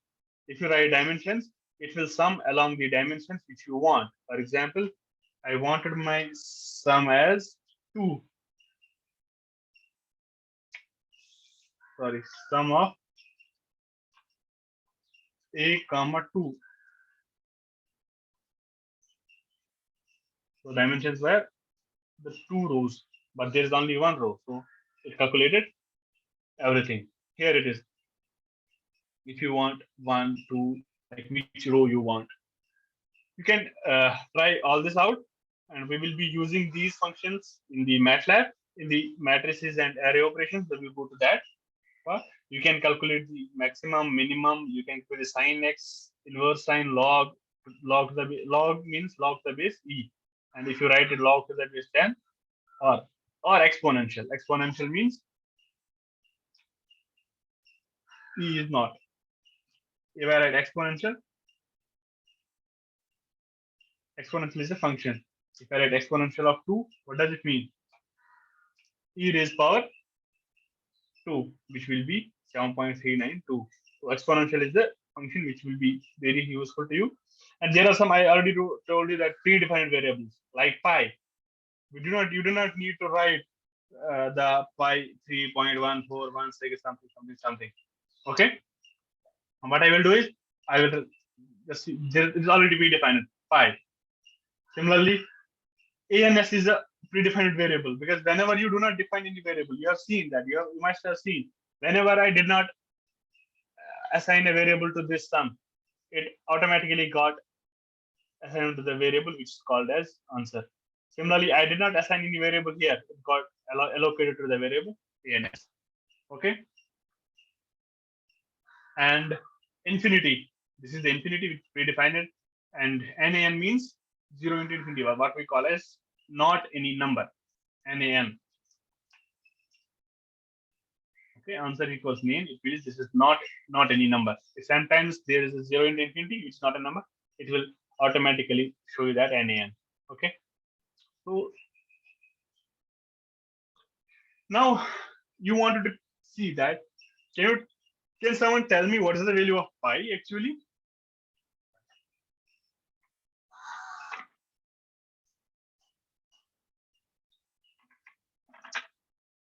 Shabash, value of pi. This used to be the discussion during class 7 days. The pi, right? 3.14. Because we have always seen that pi is 3.1416. But what actually is the value of pi? You know, this is an irrational number, right? 22/7. 22/7 is just an approximation. But in fact, it is an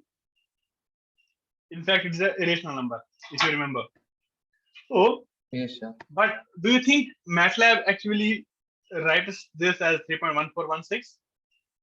The answer is no, because this is what I asked my MATLAB to display for me. Actually, this is not 3.1416. Pi contains the values which has lot more number of this samples. Okay, this decimal digits. There is something, if we want to control the appearance. Okay, we'll see. If you want to control the appearance in my command window, I can use the format. Earlier I used the format. Okay, I will use format loose.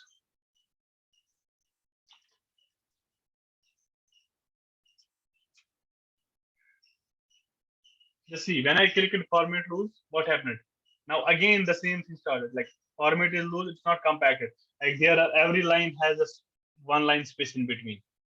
This is what we call as formatting. Then I again do format short. Sorry, format compact. Compact means I want my lines to be compact without the line in between. Then I will write y is equal to, you will see that there are no lines in between, no lines. Do you see the difference? This is what we call as format loose and format compact. Similarly, we have format short, format long. Let's see, format, as of now, I have format short. Format short. Okay. So it will display my numbers in short format. That is, I will write what is the pi value. It will tell me it is 3.1416. Then I will go to format long. Then I will ask the MATLAB to calculate the value. What is the pi? Do you see what exactly is this? This is 3.1415926873. But not only this, it has many other numbers, never ending. So MATLAB has it. We can use it.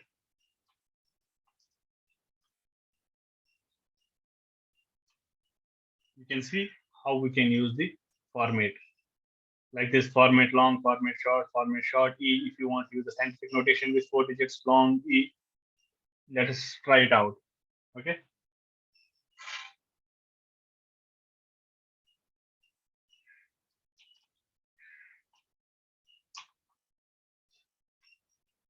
Now I will also get to calculate the pi. It will tell me it is 3.14 10 to the power 0.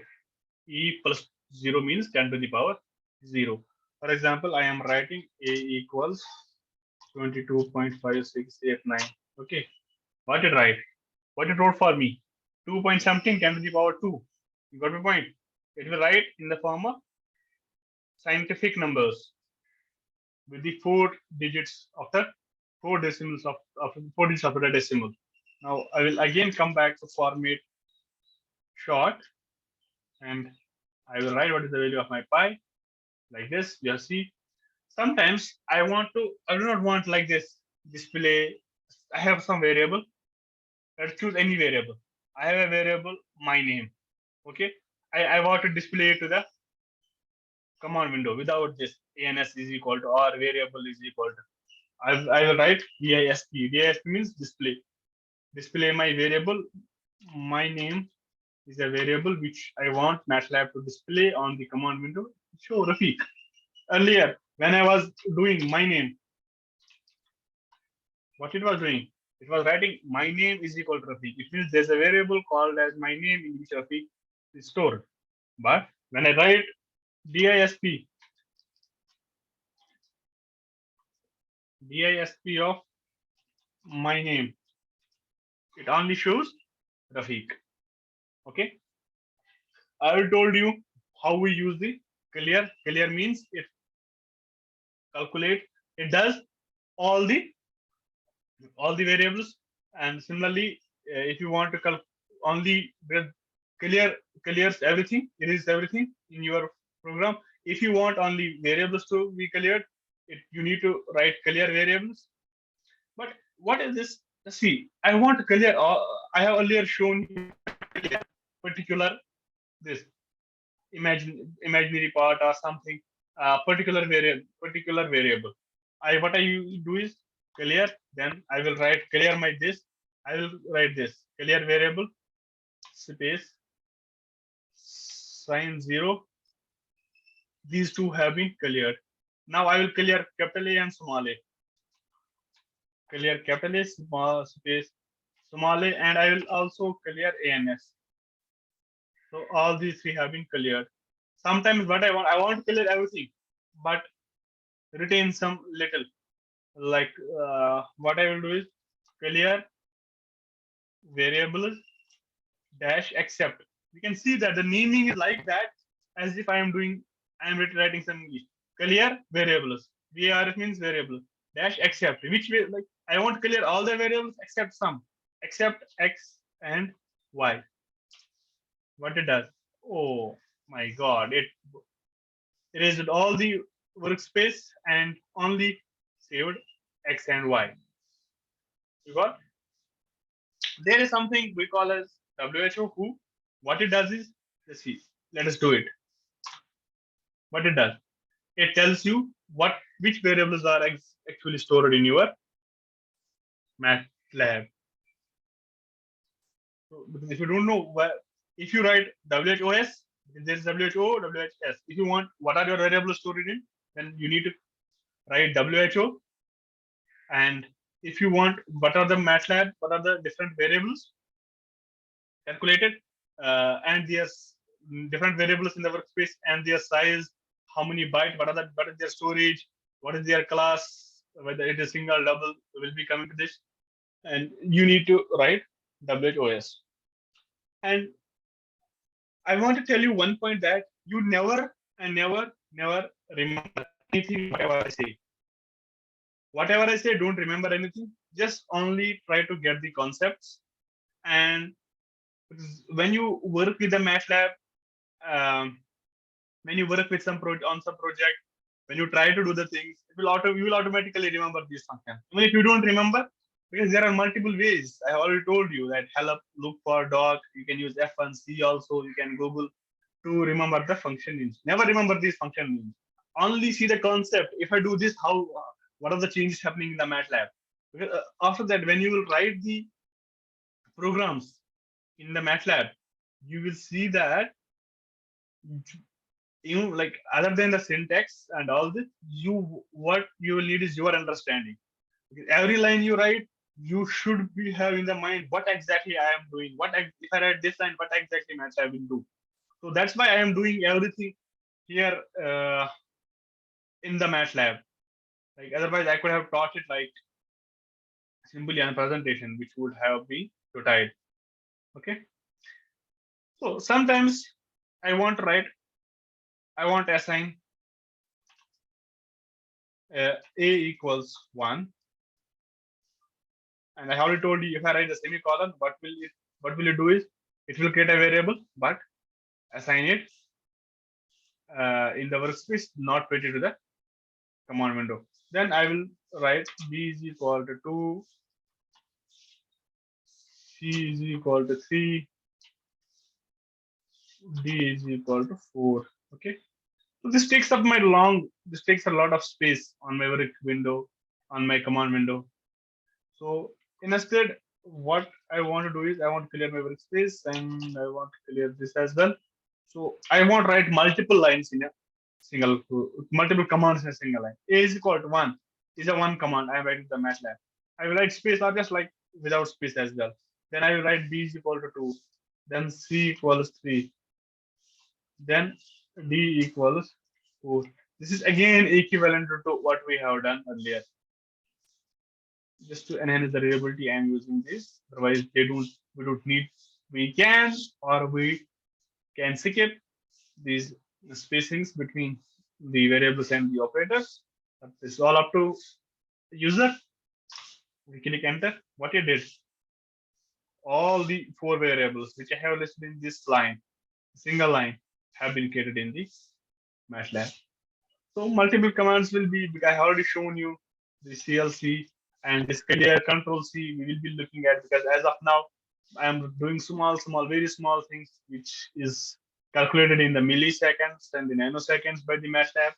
But when I do the long computations, when I write the MATLAB program, it will take hours and days to compute, because when you start working on a a real project.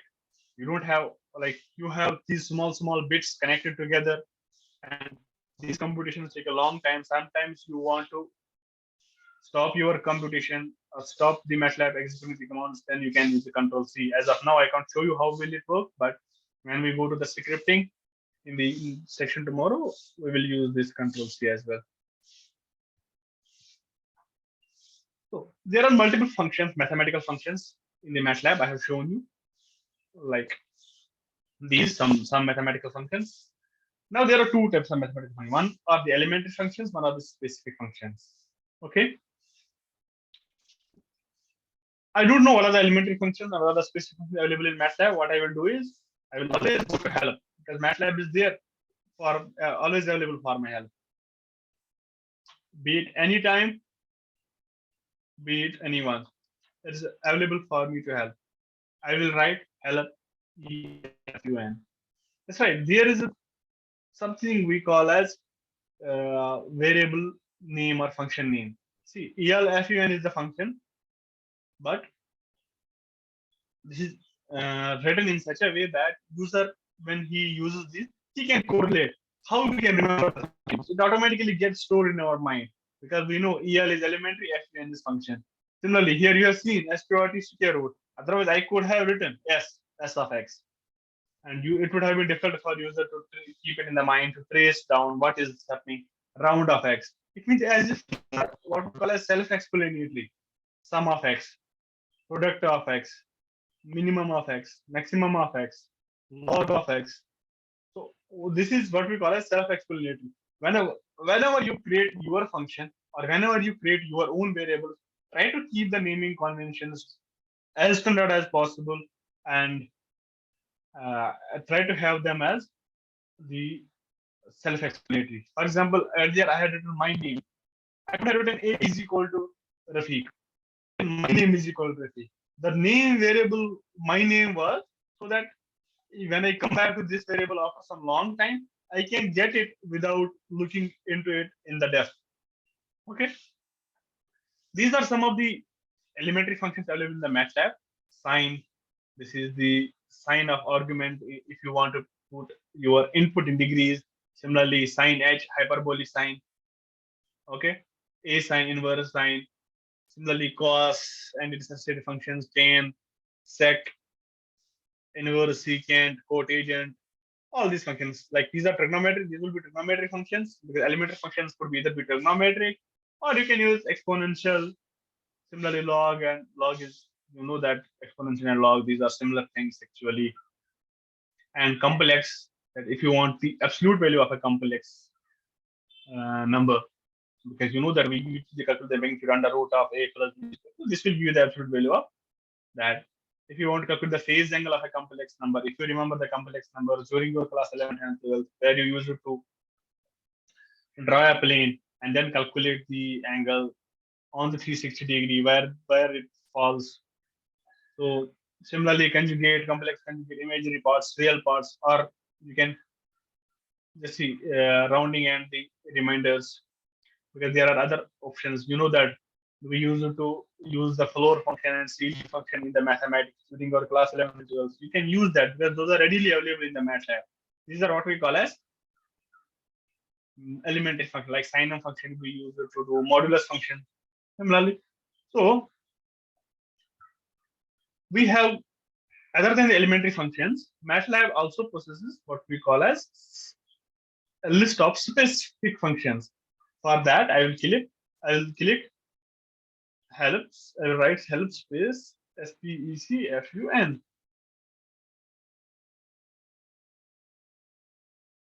Yeah, you can see what are the different functions available. So these are the elementary functions. Yeah, these are the specialized math functions. Okay, like Airy function, Bessel function, beta function, Jacobi error function, and we'll get some gamma function you might have done in the first or second year of your mathematics during the BTech, or if you're not done, you will do it. You'll see it during the BTech. And the logarithm of gamma function, polygamma function, Legendre function, because you might not have come across Legendre. No, I think since you are the third year and fourth year students, you might have come across the Legendre functions. All these are available in this. If you don't know, just go to the Google. It will show you how, for example, how to plot Legendre or how to use Legendre function in MATLAB. This how to will be too useful for you. And if you click this mathematics, it will show you. There are Legendre polynomials which you will be knowing. It shows you that if you write Legendre of x comma n, it will give you the associated Legendre functions. There will be these are the plots and all that 3D. Okay, if you just write this simple code, it will give you this plot. So these are some mathematical functions we already tried out. So any examples you want me to try out?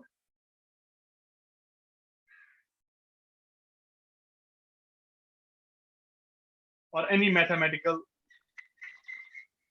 calculation?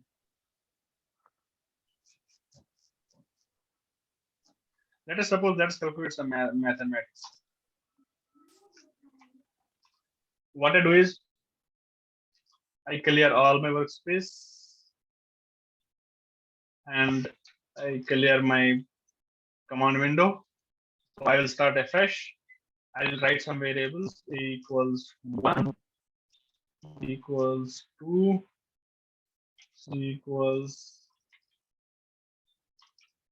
Now you would be knowing what all I'm doing. Equals 6, equals 5. So I will calculate a variable e, which actually is. Wait, let's see if I can. I can't write on this. Okay, anyway, this is okay. I will write e equals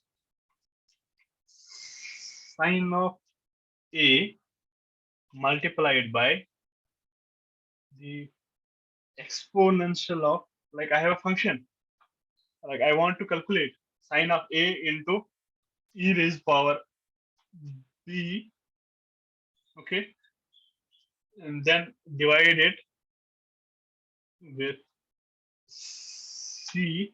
After I calculate this, then I want to sum it with d multiplied by d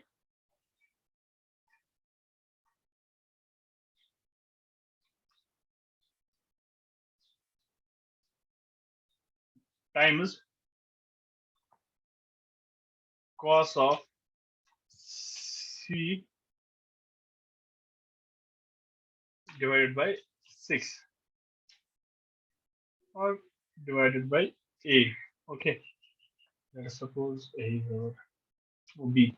So what I want to calculate e. I want to calculate e from these variables, which is equal to sine of a into e raised power b divided by c plus d into cos of c divided by d. If I do it,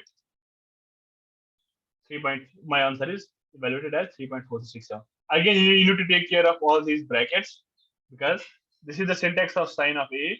It will first of all it will calculate the sine of a, and this value will be put here. Multiply, then it will calculate the exponential of b. This value will be put here. Then it will calculate the cos of c. Then this value will be put here. Then it will go according to the Baramas rule. Got my point? So of is actually here. This is sine of a. We use it to write BOD MAS. Oh, of. We usually write in on page, but here sine bracket a means sine of a into exponential of b. Similarly, cos of b. So you can just judge the hierarchy. If I just simply change the little things like sine of a, I write my variable f into as sine of a into exponential of b divided by c plus d into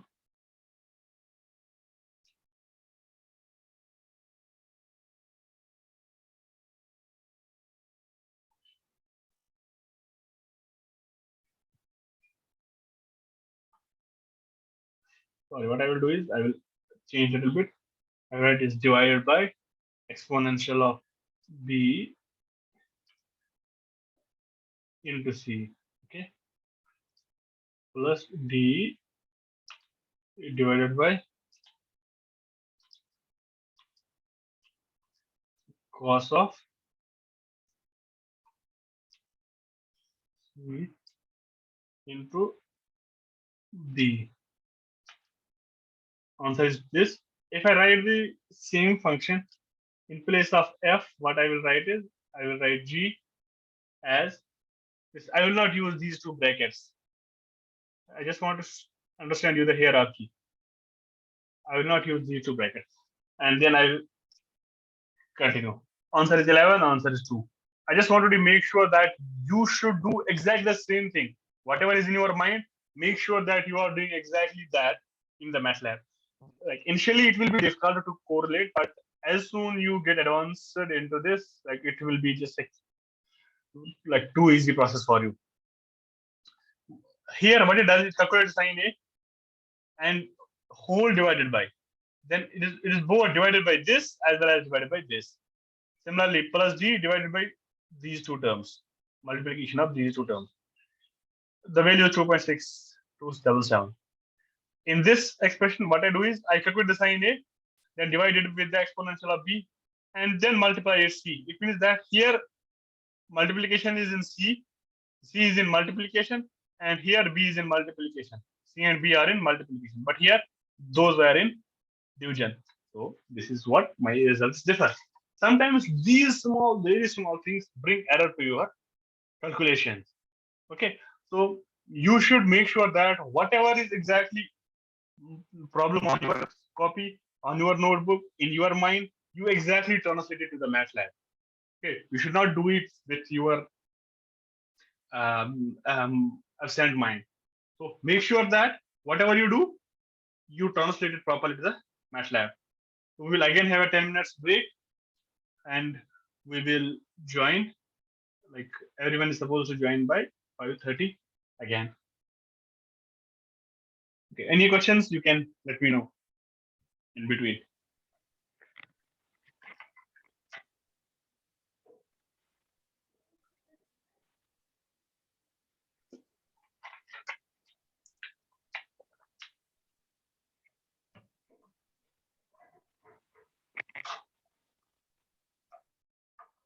Any question or anything which you face difficulty with?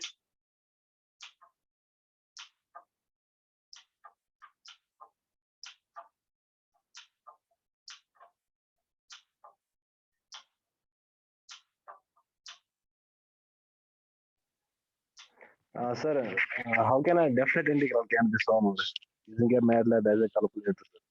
It could be easily solved, like not as a calculator, like because just see.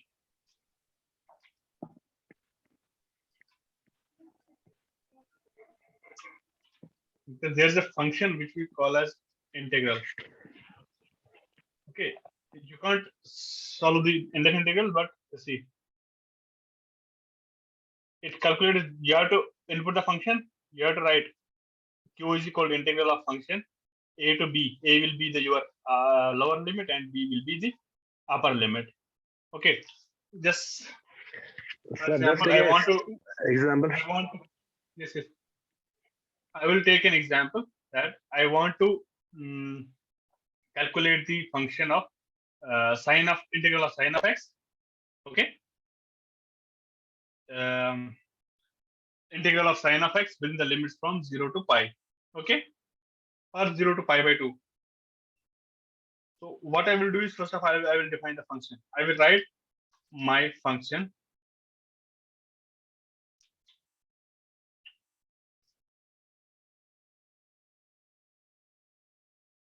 So I have to define the function. I will write at the rate x.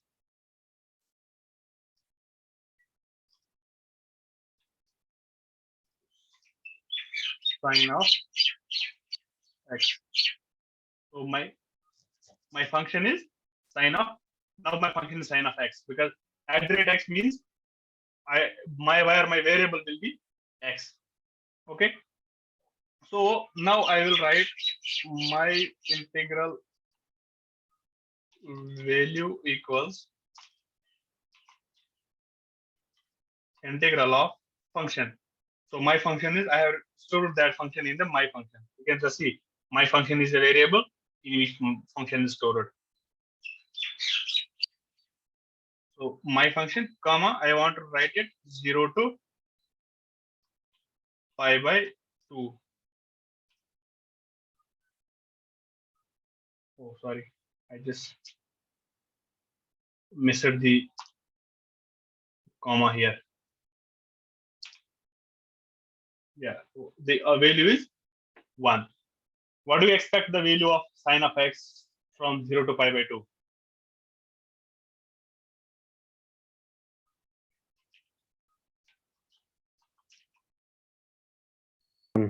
One, sir. So this is the answer. For that, you need to use this, what we call as at the rate x. And here, because we will be coming to this in the next session, during in what we call as symbolic mathematics, we need to use this as a symbolic mathematics. So you need to just define the function, or we can define the function like see, function 2. This was the function. Let's say function 2 equals at the rate x. At the rate x means I'm now X is assigning a x to variable. my symbol. X dot x square x cube plus 3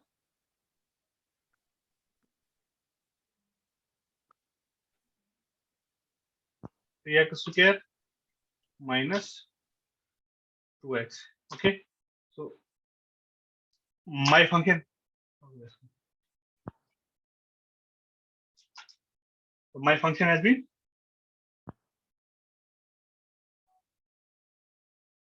check the missing operator. Oh, okay. Let's see. This is 3 into x.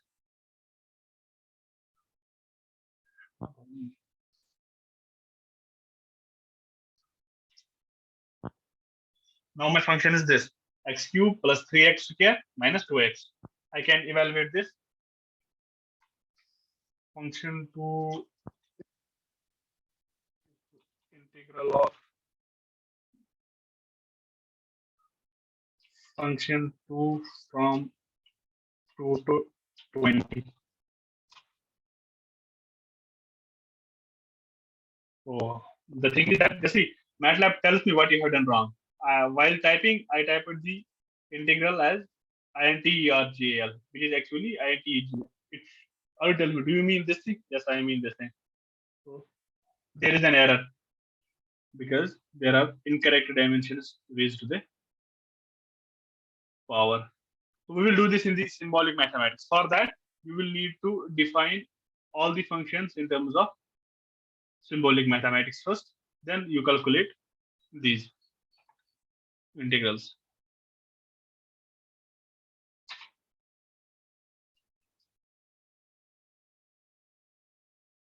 I charge my earbuds very fast.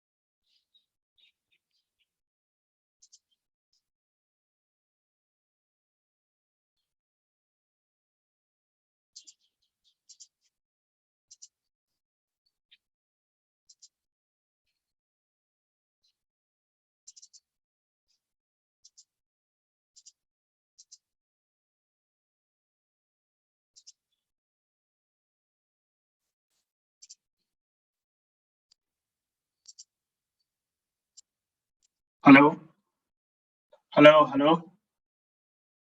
Am I audible? Yes, sir. Yes, sir. You're on. Okay, thank you.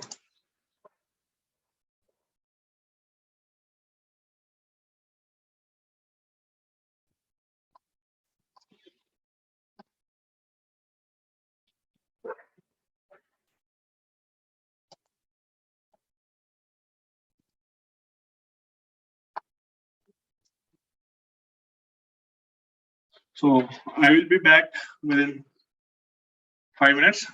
I'm going for a bio break. And we'll start fresh with matrix and array operations after that.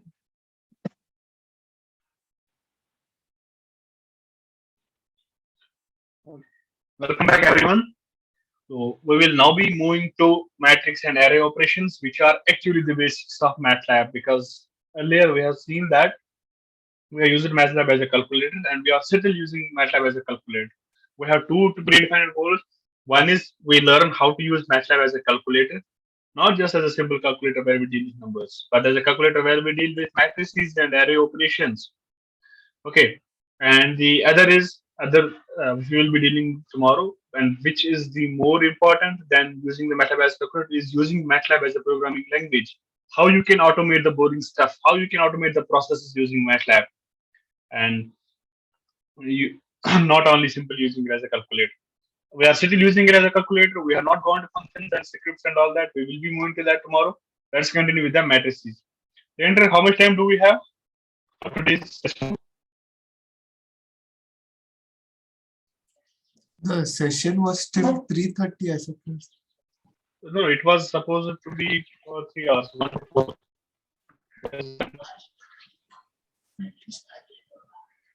So half an hour. Yes. Sir. Yeah. Okay. I will try to.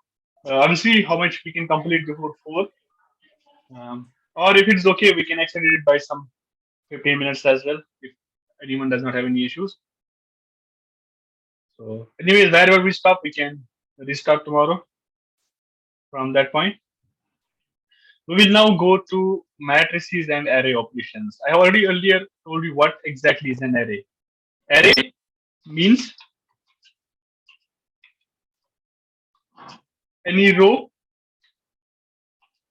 or column, single row or single column. And matrix, you know better. Okay, so you know what exactly the matrix is. We'll now see how we deal with them. Because I already told you that matrices are the fundamentals. Because you recall the MATLAB definition, which is the matrix. Mat means matrix, lab means laboratory. So everything we do is we do on math.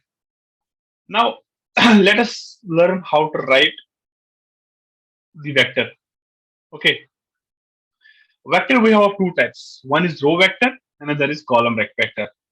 Row vector is the vector which contains the multiple columns and a single row. And how do we write that? We have a v1, like we are writing a variable vector 1, the v1, the name of the variable would be v1, in which we are writing the vector. So we are writing 1 space 2 space 5 space 8. I'm writing whatever is shown on my presentation here. So enter. What will happen? My vector has been created with the variable 1 to 5, 8. Similarly, I will now write the another vector but column vector. Okay. v2 equals, see, 1 semicolon. When I write the semicolon, it means that I am moving to a different line. Okay. When I move to a different line, it means that column change. For the column vector, the main point is it should only contain the one column and multiple rows.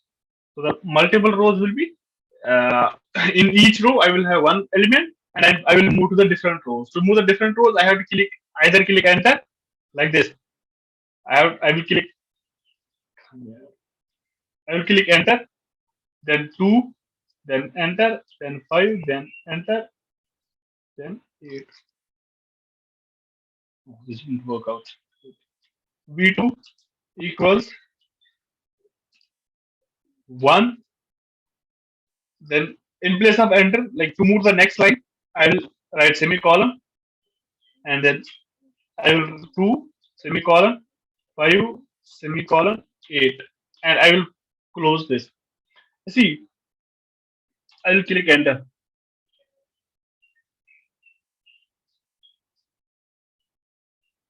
Okay.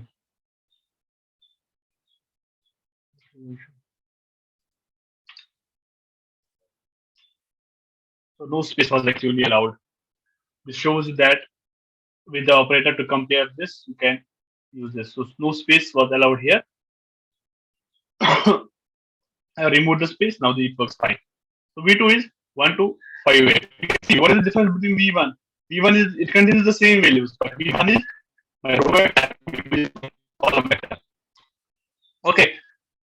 All the programming stuff will be based on these matrix and array operations. Here we are using a calculator. Tomorrow we will use that programming language, but all this stuff we learn here will go into that input to that programming. Okay.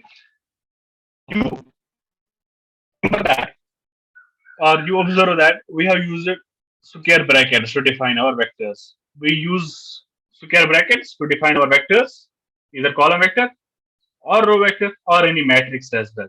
Okay. Can someone tell me what could we have done other than this, other than writing this? What could we have done to arrive at V2? Okay.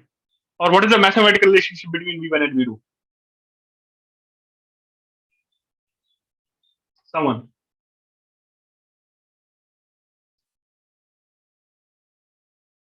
So can you repeat your question?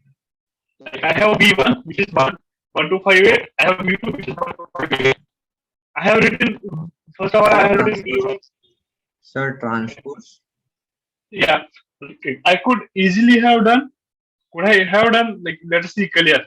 Okay. I just clear everything from my workspace as well as my command window. Then I write V1 is equal to 1 space 2 space 5 space 8. Okay. And my row vector is fine. I could easily have written V2 equals transpose of V1. Is the same thing which I have there written like this.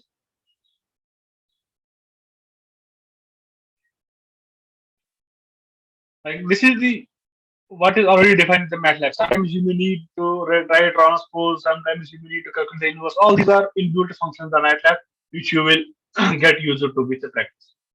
So sometimes what we want is I have a arrow, I have an array which contains a lot of numbers. Okay, I have a vector containing a lot of elements. I want only some specific elements to be used. For example, I want to assign the first 3 values of the vector v1 to some other variable. I will write first 3 variables. Here you can add anything. I am writing the name of variables so that it is self-explanatory. First 3 variables is equal to v1. Here I will use the normal break parenthesis and 1 to 3. 1 to 3 means 1 comma 2 comma 3.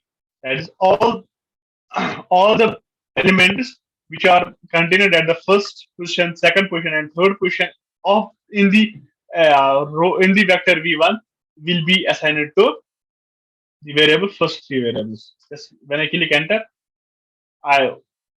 there's a new variable, first 3 variables, which contains 1 to 5 and size is obviously 1 cos 3.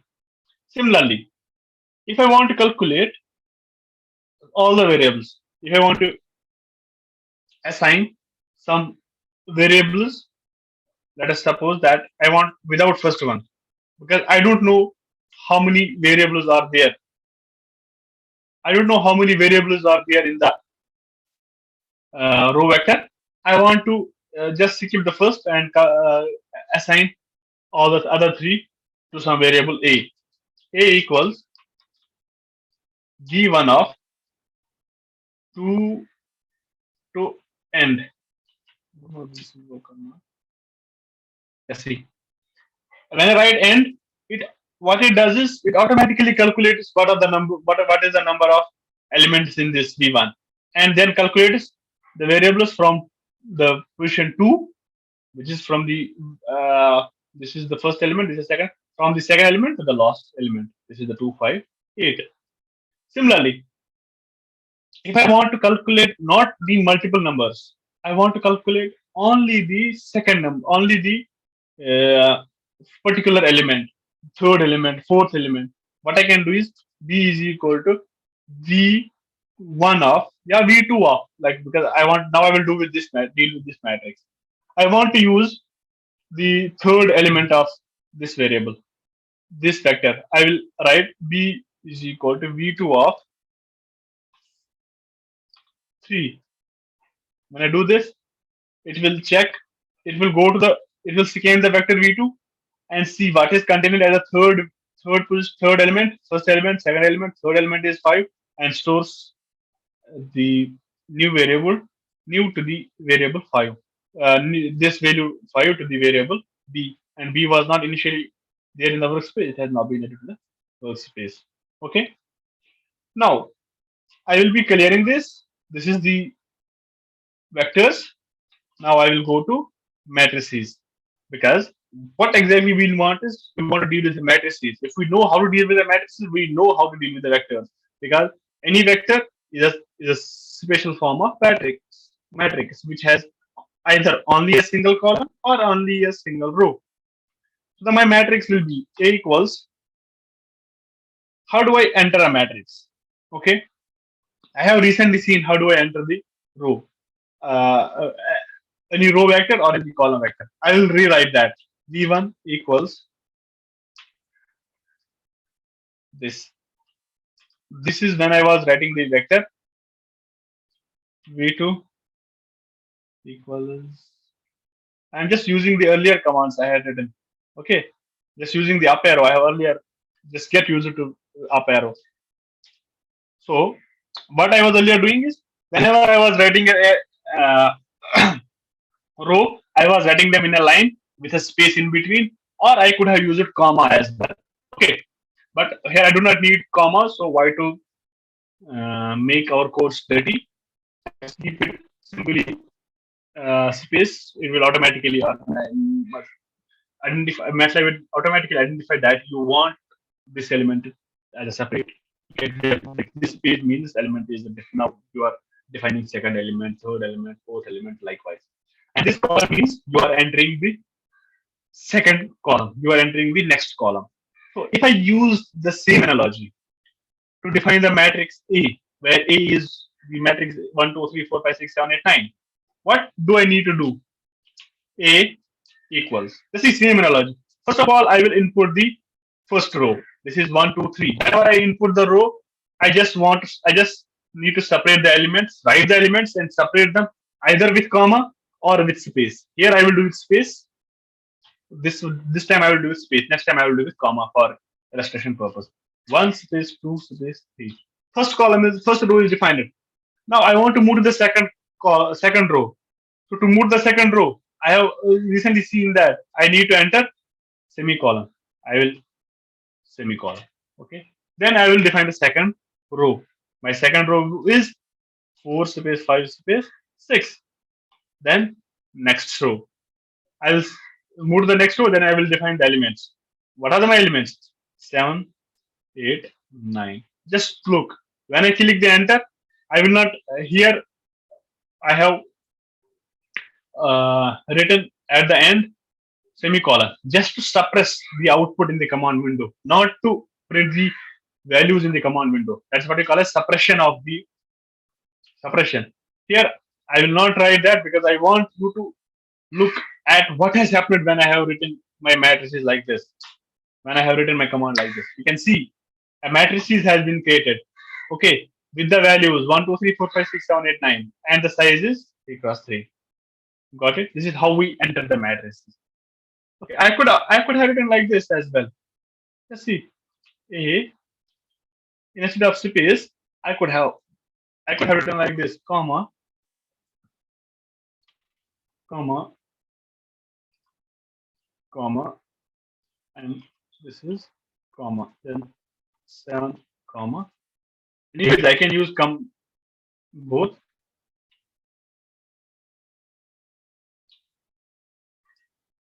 What it does, these are the same thing. But which one do you like? Do you like this one or this one? It depends on you. But personally, I like this one to keep my code neat and clean. So now, anyways, both the commands have been executed. They write a matrix, they store it in a workspace with the name. I have written A because I want my matrix A with this variable, and which is 1, 2, 3, 4, 5, 6, 7, 8, 9.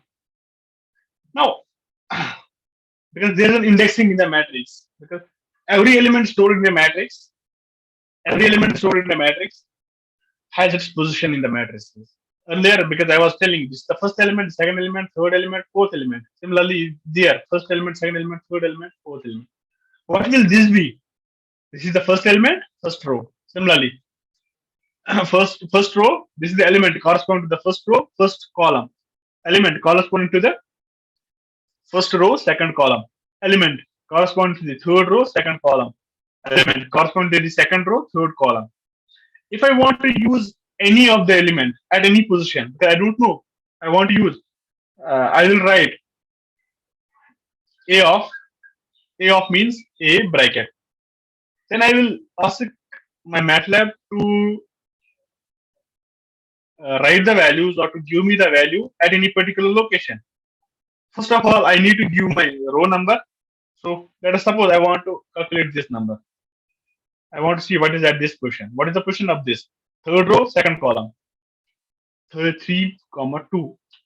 This means what is contained in a matrix is A at the position 3, 2 at corresponding to the third row and the second column. This is third row, this is the second column, and the answer should be 8. Then I click the enter. The answer is 8. I can assign to any other variable as well. Similarly, this is what we call as matrix indexing. Right? You got it? Or using this, what I can do is if I want to make a small change in the matrix, okay,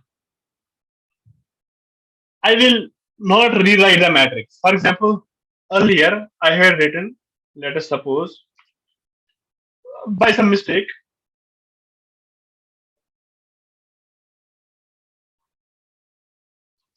I have written matrix A as 1, 2, 3, 4, 5, 6, 7, 8, 9. But my actual intention was 1, 2, 3, 4, 5, 6, 7, 8, 9. So what I will do, I will not now write like this, A is equal to 1, 2, 3. Like I will not change like this. What I will do is, I want to change this element. Okay, this is the element at third row. Okay, and the third column, I will do A of 3, 3. Okay, this means the element corresponding to 3, 3. If I directly hit enter, it will show me 8. Okay, but if I write equals 9, okay, what will happen? It will show me that matrix A is now A2 1, 2, 3, 4, 5, 6, 7, 8, 9. Because all these small commands will be useful to us when we use the MATLAB as a programming language, because we are building our concepts. A thin layer of concepts are being added so that it will help us in programming. Okay, because we'll need to do all this in programming. Okay. Similarly, now I want to change this operator. A of 2, 2 equals 5.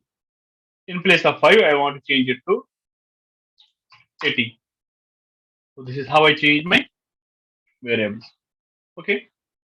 Now, sometimes you want an array like this. I want an array as the array 1 equals 1 space 2 space space 3, space 5, space 6, but there is some order. I want it to be up to 100. Should I write it? What do you think? This is wrong. This will not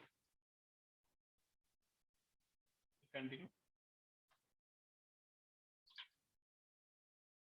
Okay. So, what do you think should I do? Do you like? Because I don't have that patience that I will write array 1 is equal to up to 100, sometimes up to 1000 and all that. What I will do is array 1 equals, because I will use the colon operator. What colon operator does is I will write it from 1 to 100. See what it does.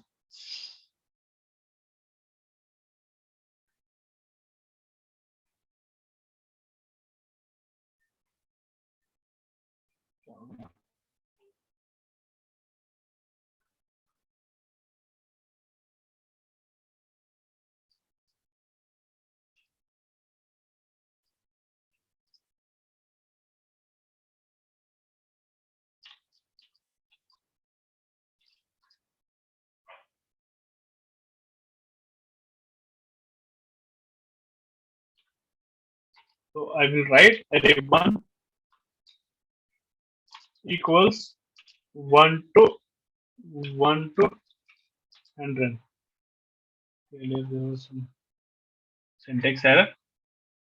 Let's see what it does is it calculated this all the columns. These are actually in the same line because this is columns through 15, columns 1 to 14. Similarly, columns 15 to 28, and columns up to 100. What it has done? It has stored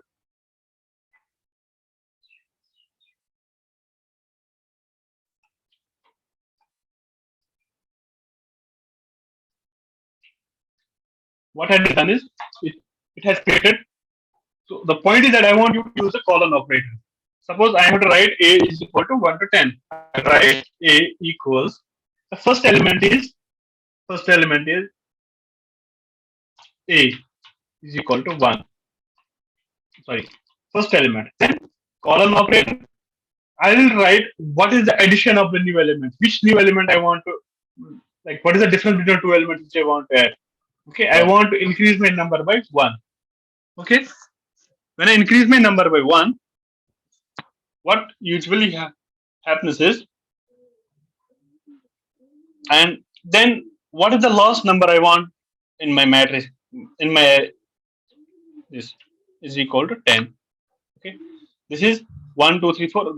So an array 1, 2, 3, 4 up to 10 has been created with this. So what does colon operator do? It automatically creates the numbers for you. What you need to do is give the two inputs and number and the difference between the two numbers. First number and number and the difference between the two numbers. If you do not give the difference, it will automatically give the difference 1. Let's suppose x is equal to 1 to 10. So 1, 2, 3, 4, 5, 6, 7, 8, 9, 10. But sometimes you may not want to increase the numbers by 1. Let's suppose you want x is equal to 1 to 0. You want to numbers from 1 to 10, starting from 1 to 0. To 10, but with a difference of 0.5. So these are the numbers 1, 1.5, 2, 2.5, 3, 3.5. Or sometimes there's a problem. I don't know how many numbers. Like I have this. I have an array x. Okay. All the numbers up to 1 to 10 because 0.1.5. So I want to calculate the number of elements inside the array.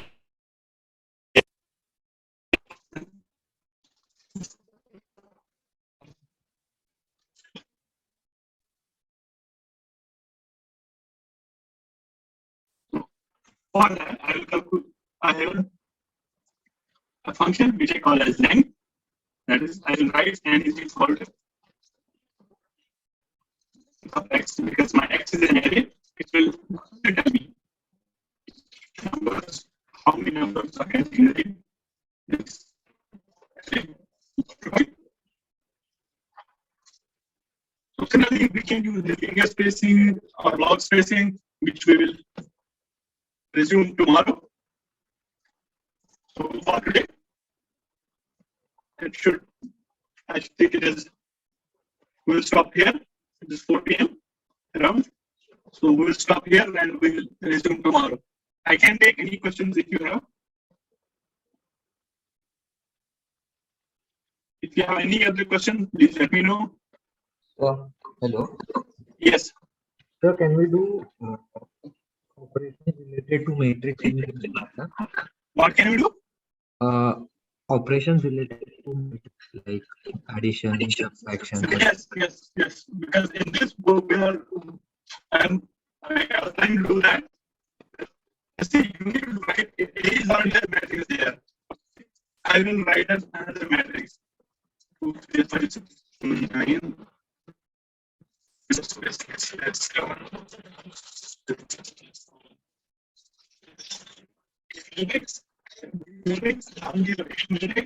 What I already need to do is write A plus. Simple.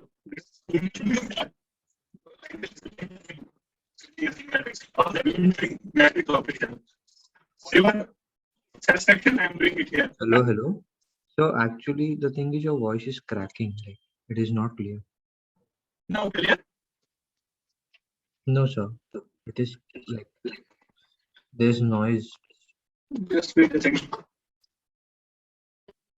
What is the update? It is now clear?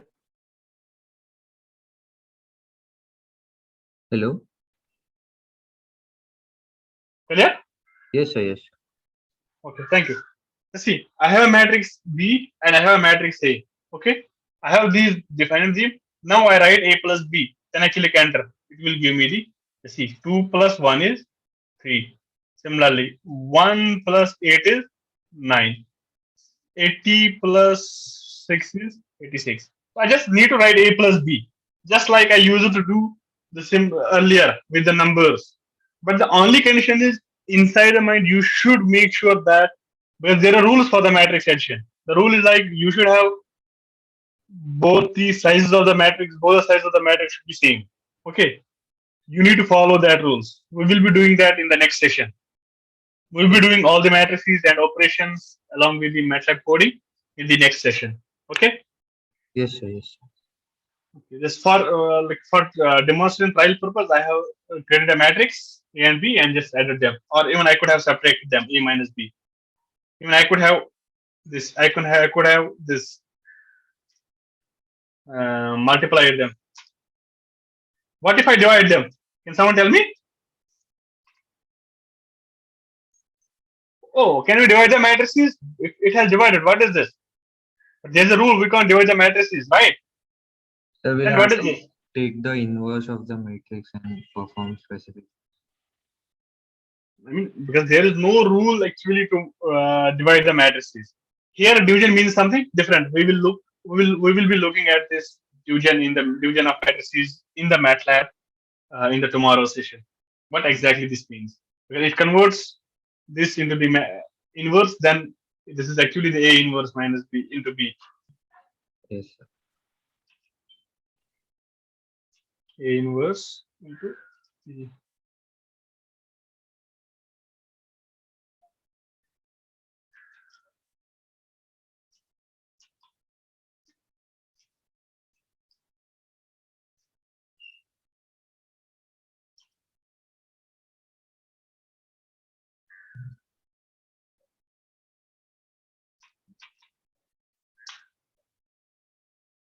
You can see. Same result. Not the same, it could have been A into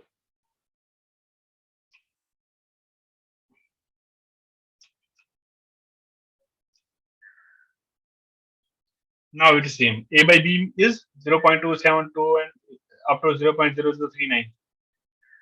Whenever we write divide in place of, because A by B is not allowed actually in mathematics. Whenever we write this, it means that we are writing A divided by B, because when we A divided by B means B ko upar like when B is in the denominator, it means that in the numerator it should be B raised power minus 1, which is actually the inverse of B, and it calculates A into B inverse by divide.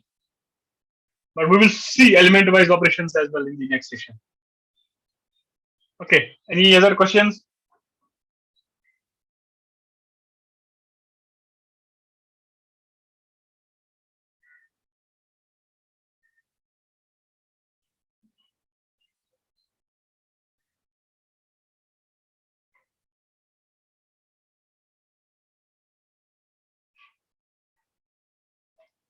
Hello. Any other questions? Hello. No, sir, no, sir. Okay. In that case, we can.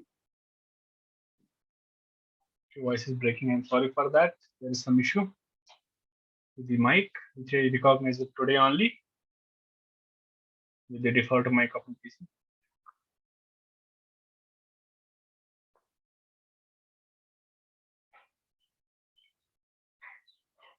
Anyways, if you have any question, you can tell me. Or otherwise, you can just leave the meeting. We will be ending the meeting. And tomorrow, join the session at. We have tomorrow session from Lavender. What is the time for tomorrow session? Please let everyone know. First time is 9:30. 9:30, right? 9:30 and afternoon is 1. I'll see you all at 9:30 tomorrow on online on Zoom. Thank you. Should I stop share? Yes, sir. Yes, sir. Thank you for that.